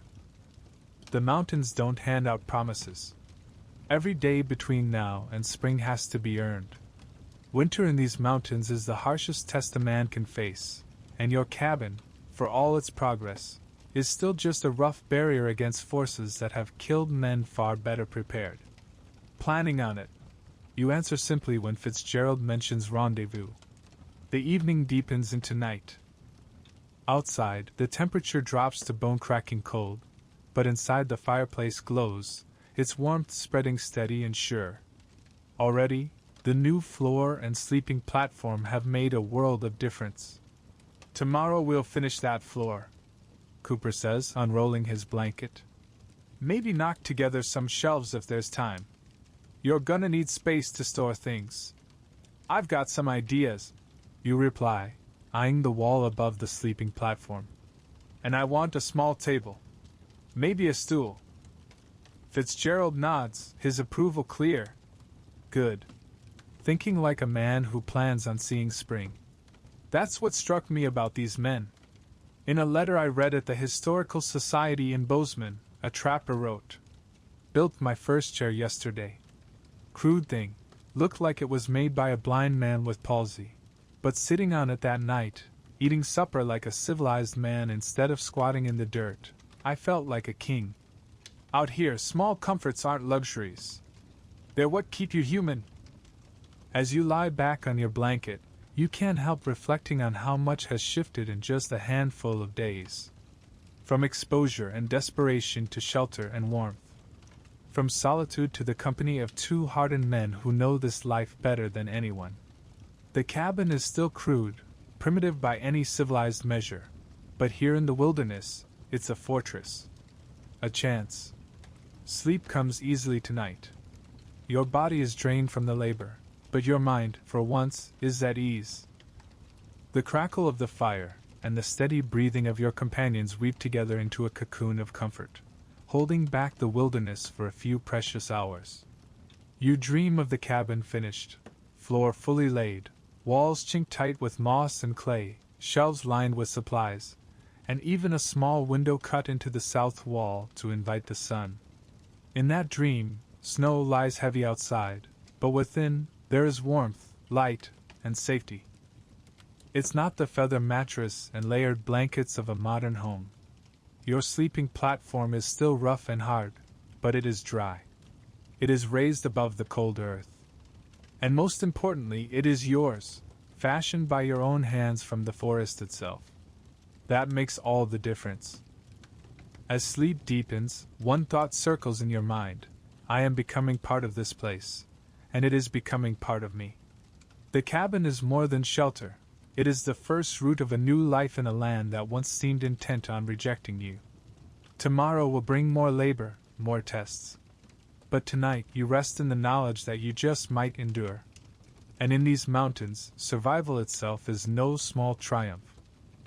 The night grows darker, the fire sinks low, and the three of you lie cradled in the rough embrace of the cabin. A tiny island of humanity in an endless sea of wilderness. Outside, the stars blaze sharp and cold in the winter sky. From a distant ridge, wolves raise their voices, their howls echoing across the frozen valley. But inside, there are walls of your own making, a roof above, a floor beneath, and the quiet promise of tomorrow. Morning arrives with a painful brilliance, sunlight bouncing off the fresh snow and streaming through the cracks in the cabin walls. It's been 3 days since the storm broke. 3 days of relentless labor. The floor is finished, gaps sealed, crude furniture hammered together, the cabin slowly transforming from rough shelter into something resembling a home. And now, it's time for Cooper and Fitzgerald to move on. Can't put it off any longer, Cooper says as he crouches by the fire, warming a tin cup of water. Our own cabin needs tending before the next storm rolls in. You nod, though a part of you isn't ready to see them go. These men were strangers less than a week ago. But after days of sweat, danger, and shared labor, it feels like you've known them longer. Bonds forged in work and survival tend to run deep. Appreciate the help, you say simply, the mountain man's way of giving thanks without straying into sentiment. Fitzgerald waves it off. You'd have done the same. And the truth is you would have. That's the unspoken law out here. Today you, tomorrow me. No one survives these mountains without leaning on another man now and then. I once came across a letter from Jim Bridger himself, where he wrote, "Helped raise Thornton's cabin walls last week. He'll likely be my competition for beaver come spring, but that's a problem for later. Winter demands we stand together, even if briefly. Come thaw, we'll go back to guarding our trap lines like misers." You glance around at the cabin, astonished by how far it has come in such a short time. The floor now covers the dirt completely, rough planks locking out the cold and damp. A small table rests against the west wall, cobbled together from logs and topped with a flattened slab of pine. Crude, yes, but unmistakably useful. The place looks less like a desperate shelter now, and more like the beginnings of a life. Beside the little table sits a three-legged stool, rough, uneven, but infinitely better than crouching on the floor. Above your sleeping platform, shelves now line the wall, offering space to store food and gear safely out of reach of mice and other scavengers. Even the fireplace has been improved, its draft sharpened after Fitzgerald adjusted the top stones. But perhaps the greatest change is invisible. Every crack between the cabin logs has been sealed with mud, moss, and pine needles. For the first time, the walls stand tight against the biting wind. Turned out all right, Cooper says at last, scanning the room with quiet approval. Better than my first cabin, that's for damn sure. You raise an eyebrow. Oh? He chuckles, a sound you've rarely heard from him. Roof caved in. Heavy snow near buried me alive. Had to dig my way out and start over with 2 feet of powder on the ground. How'd you manage? You ask. He shrugs, as if the answer were obvious. Same way anybody does out here. One day at a time. One log at a time. There's wisdom in those simple words. Out here, nothing gets conquered in leaps and bounds. Survival comes in increments. One meal, one fire, one wall raised against the cold. Stack those small victories together, and maybe, just maybe, you make it to spring. After a breakfast of jerky and the last of Fitzgerald's parched corn, your companions begin gathering their gear. They travel light, as all mountain men do, rifle, possibles bag, knife, axe, blanket. Nothing more. Nothing wasted. Where's your place? You ask, realizing you've never thought to ask before. Down by the fork. Fitzgerald answers, jerking his chin vaguely southward. About half a day's walk when there's no snow, Fitzgerald says. Likely take us till nightfall in this mess. The drifts outside still run nearly 3 feet deep, untouched and heavy. Breaking trail through them will be brutal. You should take snowshoes. You say, pointing to the crude pair hanging on the wall, bent wood frames strung with rawhide strips, something you'd fashioned earlier in the fall. Cooper shakes his head. Keep 'em. We've got our own back at camp. At least take some of the rabbit. You press. A smoked portion still rests by the fire, preserved for lean days. This they accept with silent nods of thanks. Out here, meat is more than food, it's currency, survival itself. I once read a journal entry from 1834 where a trapper wrote, offered Taylor 5 beaver pelts for half his elk haunch. He refused, saying, can't eat pelts. He was right. A starving man would trade a year's worth of furs for a decent meal. At the door, Fitzgerald pauses. Might check in on you if we're passing through. Make sure you ain't froze solid. It's as close to concern as a mountain man will ever voice. You nod, understanding the weight behind the words. Doors always open. You reply. Then, after a beat, except when it's shut against the cold. That earns a short, barking laugh from Cooper. Reckon we've turned him into a proper mountain man, Fitz. Already making bad jokes. With final nods and brief handshakes, rare gestures in a world where men usually keep distance, they step outside into the blinding white. And just like that, they're gone. You stand in the doorway, watching as Cooper and Fitzgerald trudge through the deep drifts, their figures shrinking against the white expanse. They don't look back. Out here, that's not the way of things. Partings are silent, practical. And just like that, you're alone again. The cabin feels larger without them, emptier too. The silence presses in, broken only by the faint groan of wind in the pines. You shut the door against the cold and lean your back against it, taking in the rough space around you. By any civilized measure, it's still crude, logs stacked without polish, dirt peeking through the seams of the planked floor, smoke stains already spreading above the chimney. But it's solid.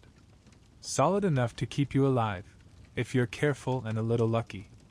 Now begins the true test: isolation. Here's a sobering fact. Records from fur company registers suggest that nearly 1 in 5 mountain men never made it through their first winter alone. Not because of grizzlies or war parties. Those were the dramatic deaths that made stories. The real killers were quieter: starvation, illness, accidents. With no one around to help, a twisted ankle or a bad cut could end a life as surely as a bullet. With Cooper and Fitzgerald gone, your first priority is clear: food. The last of the rabbit won't stretch beyond a day or two. After that, you'll need steady game to see you through. You spend the morning stringing snares along faint trails near the creek, where rabbits and hares leave their tracks in the snow. Loops of twisted rawhide, anchored to bent saplings. When sprung, they'll snap upright, catching a leg or tightening around a neck. Hunting while you work on other tasks. Next comes firewood. You'll need a mountain of it. Without fuel, the cabin becomes a coffin. A cabin this size will eat through staggering amounts of wood if you want to keep it warm all winter. Run out of fuel by February, and you're as good as dead. So you set to work, dragging down logs from the tree line, hacking them into lengths your arms can manage, stacking each piece with care. Every haul through the knee-deep snow drains your strength, but the work can't be avoided. By midday, a growing pile of firewood leans against the south wall of the cabin, shielded from the worst of the wind and close enough to fetch without wandering far in a blizzard. Inside, you turn to order. The shelves need filling, supplies need arranging. In a space this tight, chaos is dangerous. Everything must have its place. You unpack your possibles bag and take stock of what remains: flint and steel for fire starting, a small pouch of salt worth more than silver, needle and sinew for mending, lead balls and powder for your rifle, and a whetstone to keep edge on your knife and axe. Each item finds its home on the highest shelf, safe from damp and out of a rodent's reach. The rifle you hang on wooden pegs above the door, close to hand, but clear of clutter. The axe you leave in the corner beside the hearth, its blade snug in a sheath you cut from scrap leather. I've always been fascinated by how these men organize such tiny spaces. One excavation of a trapper's cabin revealed distinct zones carved out of a single room: a corner for food, another for tools, a space for furs and hides. Every square foot pressed into service, every item carefully placed, maximizing efficiency in a cabin no bigger than a modern bathroom. By late afternoon, your own space reflects that same discipline. Sparse, crude, but orderly. A small kingdom built log by log, tool by tool. The cabin feels not just livable now, but edging towards something like comfort. Still, it lacks a spark of ownership, something that makes it more than 4 walls and a roof. You realize what it is when your eyes land on the bare log wall beside your sleeping platform. A home, even in the wilderness, needs a personal touch. From your possibles bag, you pull out a stub of pencil, one of the few luxuries you've carried through your months in the mountains. Carefully, you begin to scratch marks into the wood. Not artwork, just simple hash lines to mark the passing of days. October 28, 1834. The beginning of your winter watch. Beneath the tally marks, you sketch a crude map from memory: the creek bending past your camp, the ridge that looms to the north, the valley opening to the south. Landmarks etched in case deep snow forces you to navigate by memory alone. The act is simple, but it shifts something inside you. The cabin is no longer just survival, it's beginning to feel like yours. Darkness falls early, as it always does this late in the year. You build up the fire and prepare what remains of the rabbit.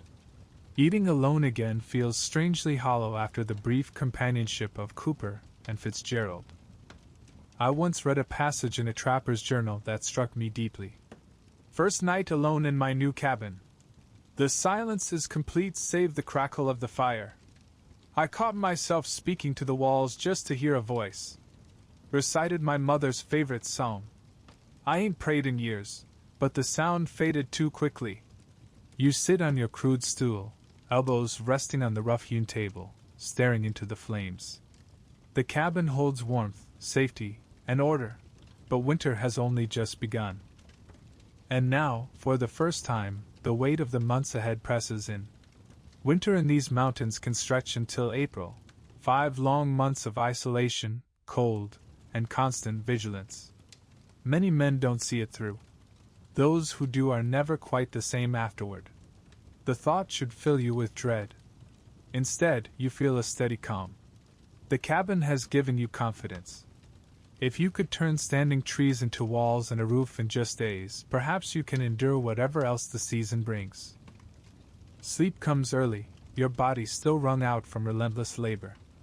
With pine boughs cushioning your sleeping platform, the bed is rough but almost comfortable.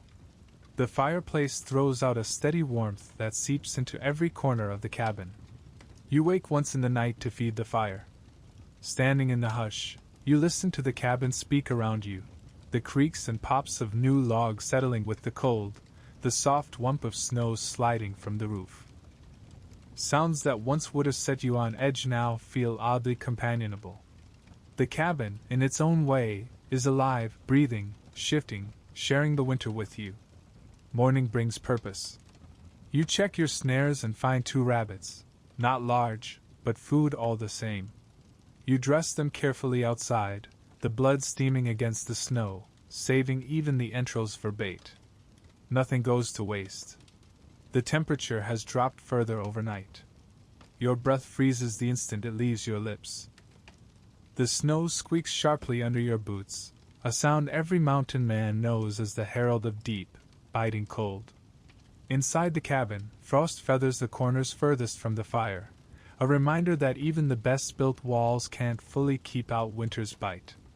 This is the real test of your work, not just turning aside the wind and snow, but holding off the kind of bone-deep cold that can kill a man in his sleep before he ever stirs to feed the fire. You dedicate the day to tightening your defenses.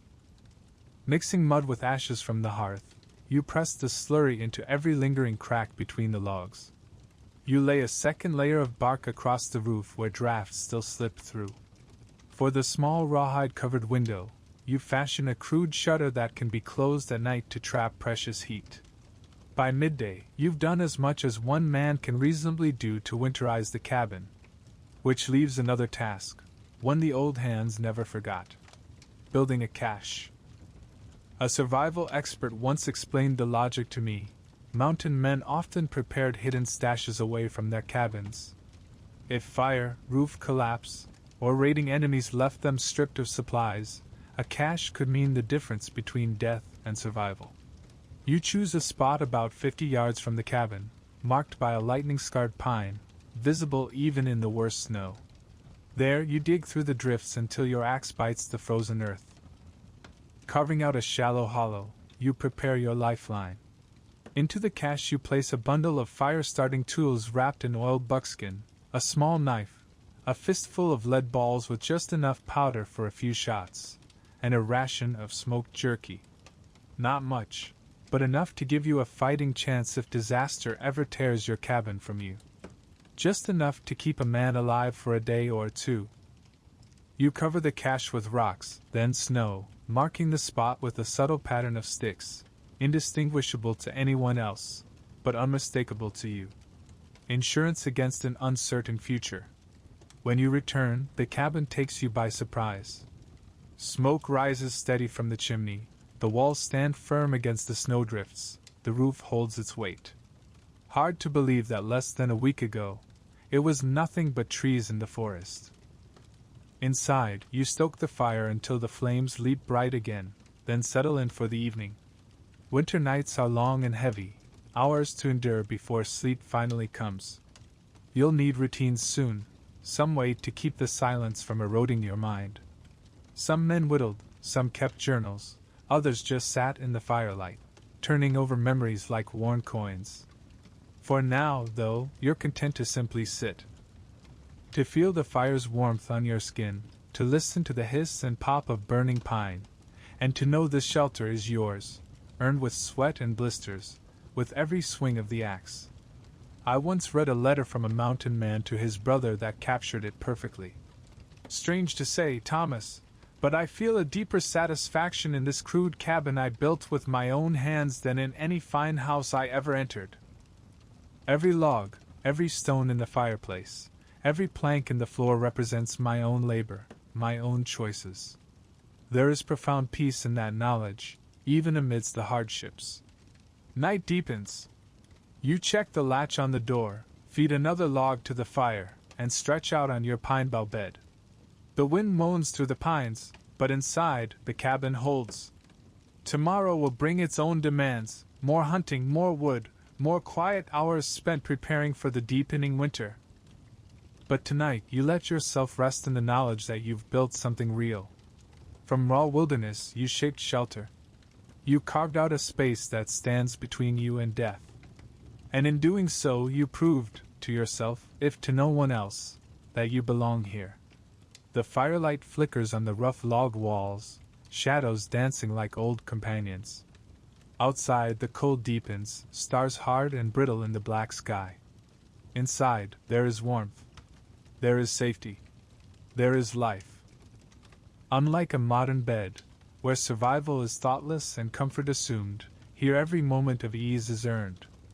Every log in the fire, every bite of food, every night endured is a victory. Every dawn that finds you breathing is a gift. As sleep creeps over you, your thoughts wander to Cooper and Fitzgerald. By now, they should be huddled in their own cabin, tending their own fire, laying their own plans for winter. Come spring, maybe your paths will cross again at rendezvous, or along some beaver-rich stream. The mountain man's life is solitary, yes, but never completely alone. Somewhere out there, others like you are locked in the same struggle against cold, hunger, and silence. That knowledge carries its own quiet comfort. Your breathing slows. The cabin holds you in its rough embrace, sturdy and sure.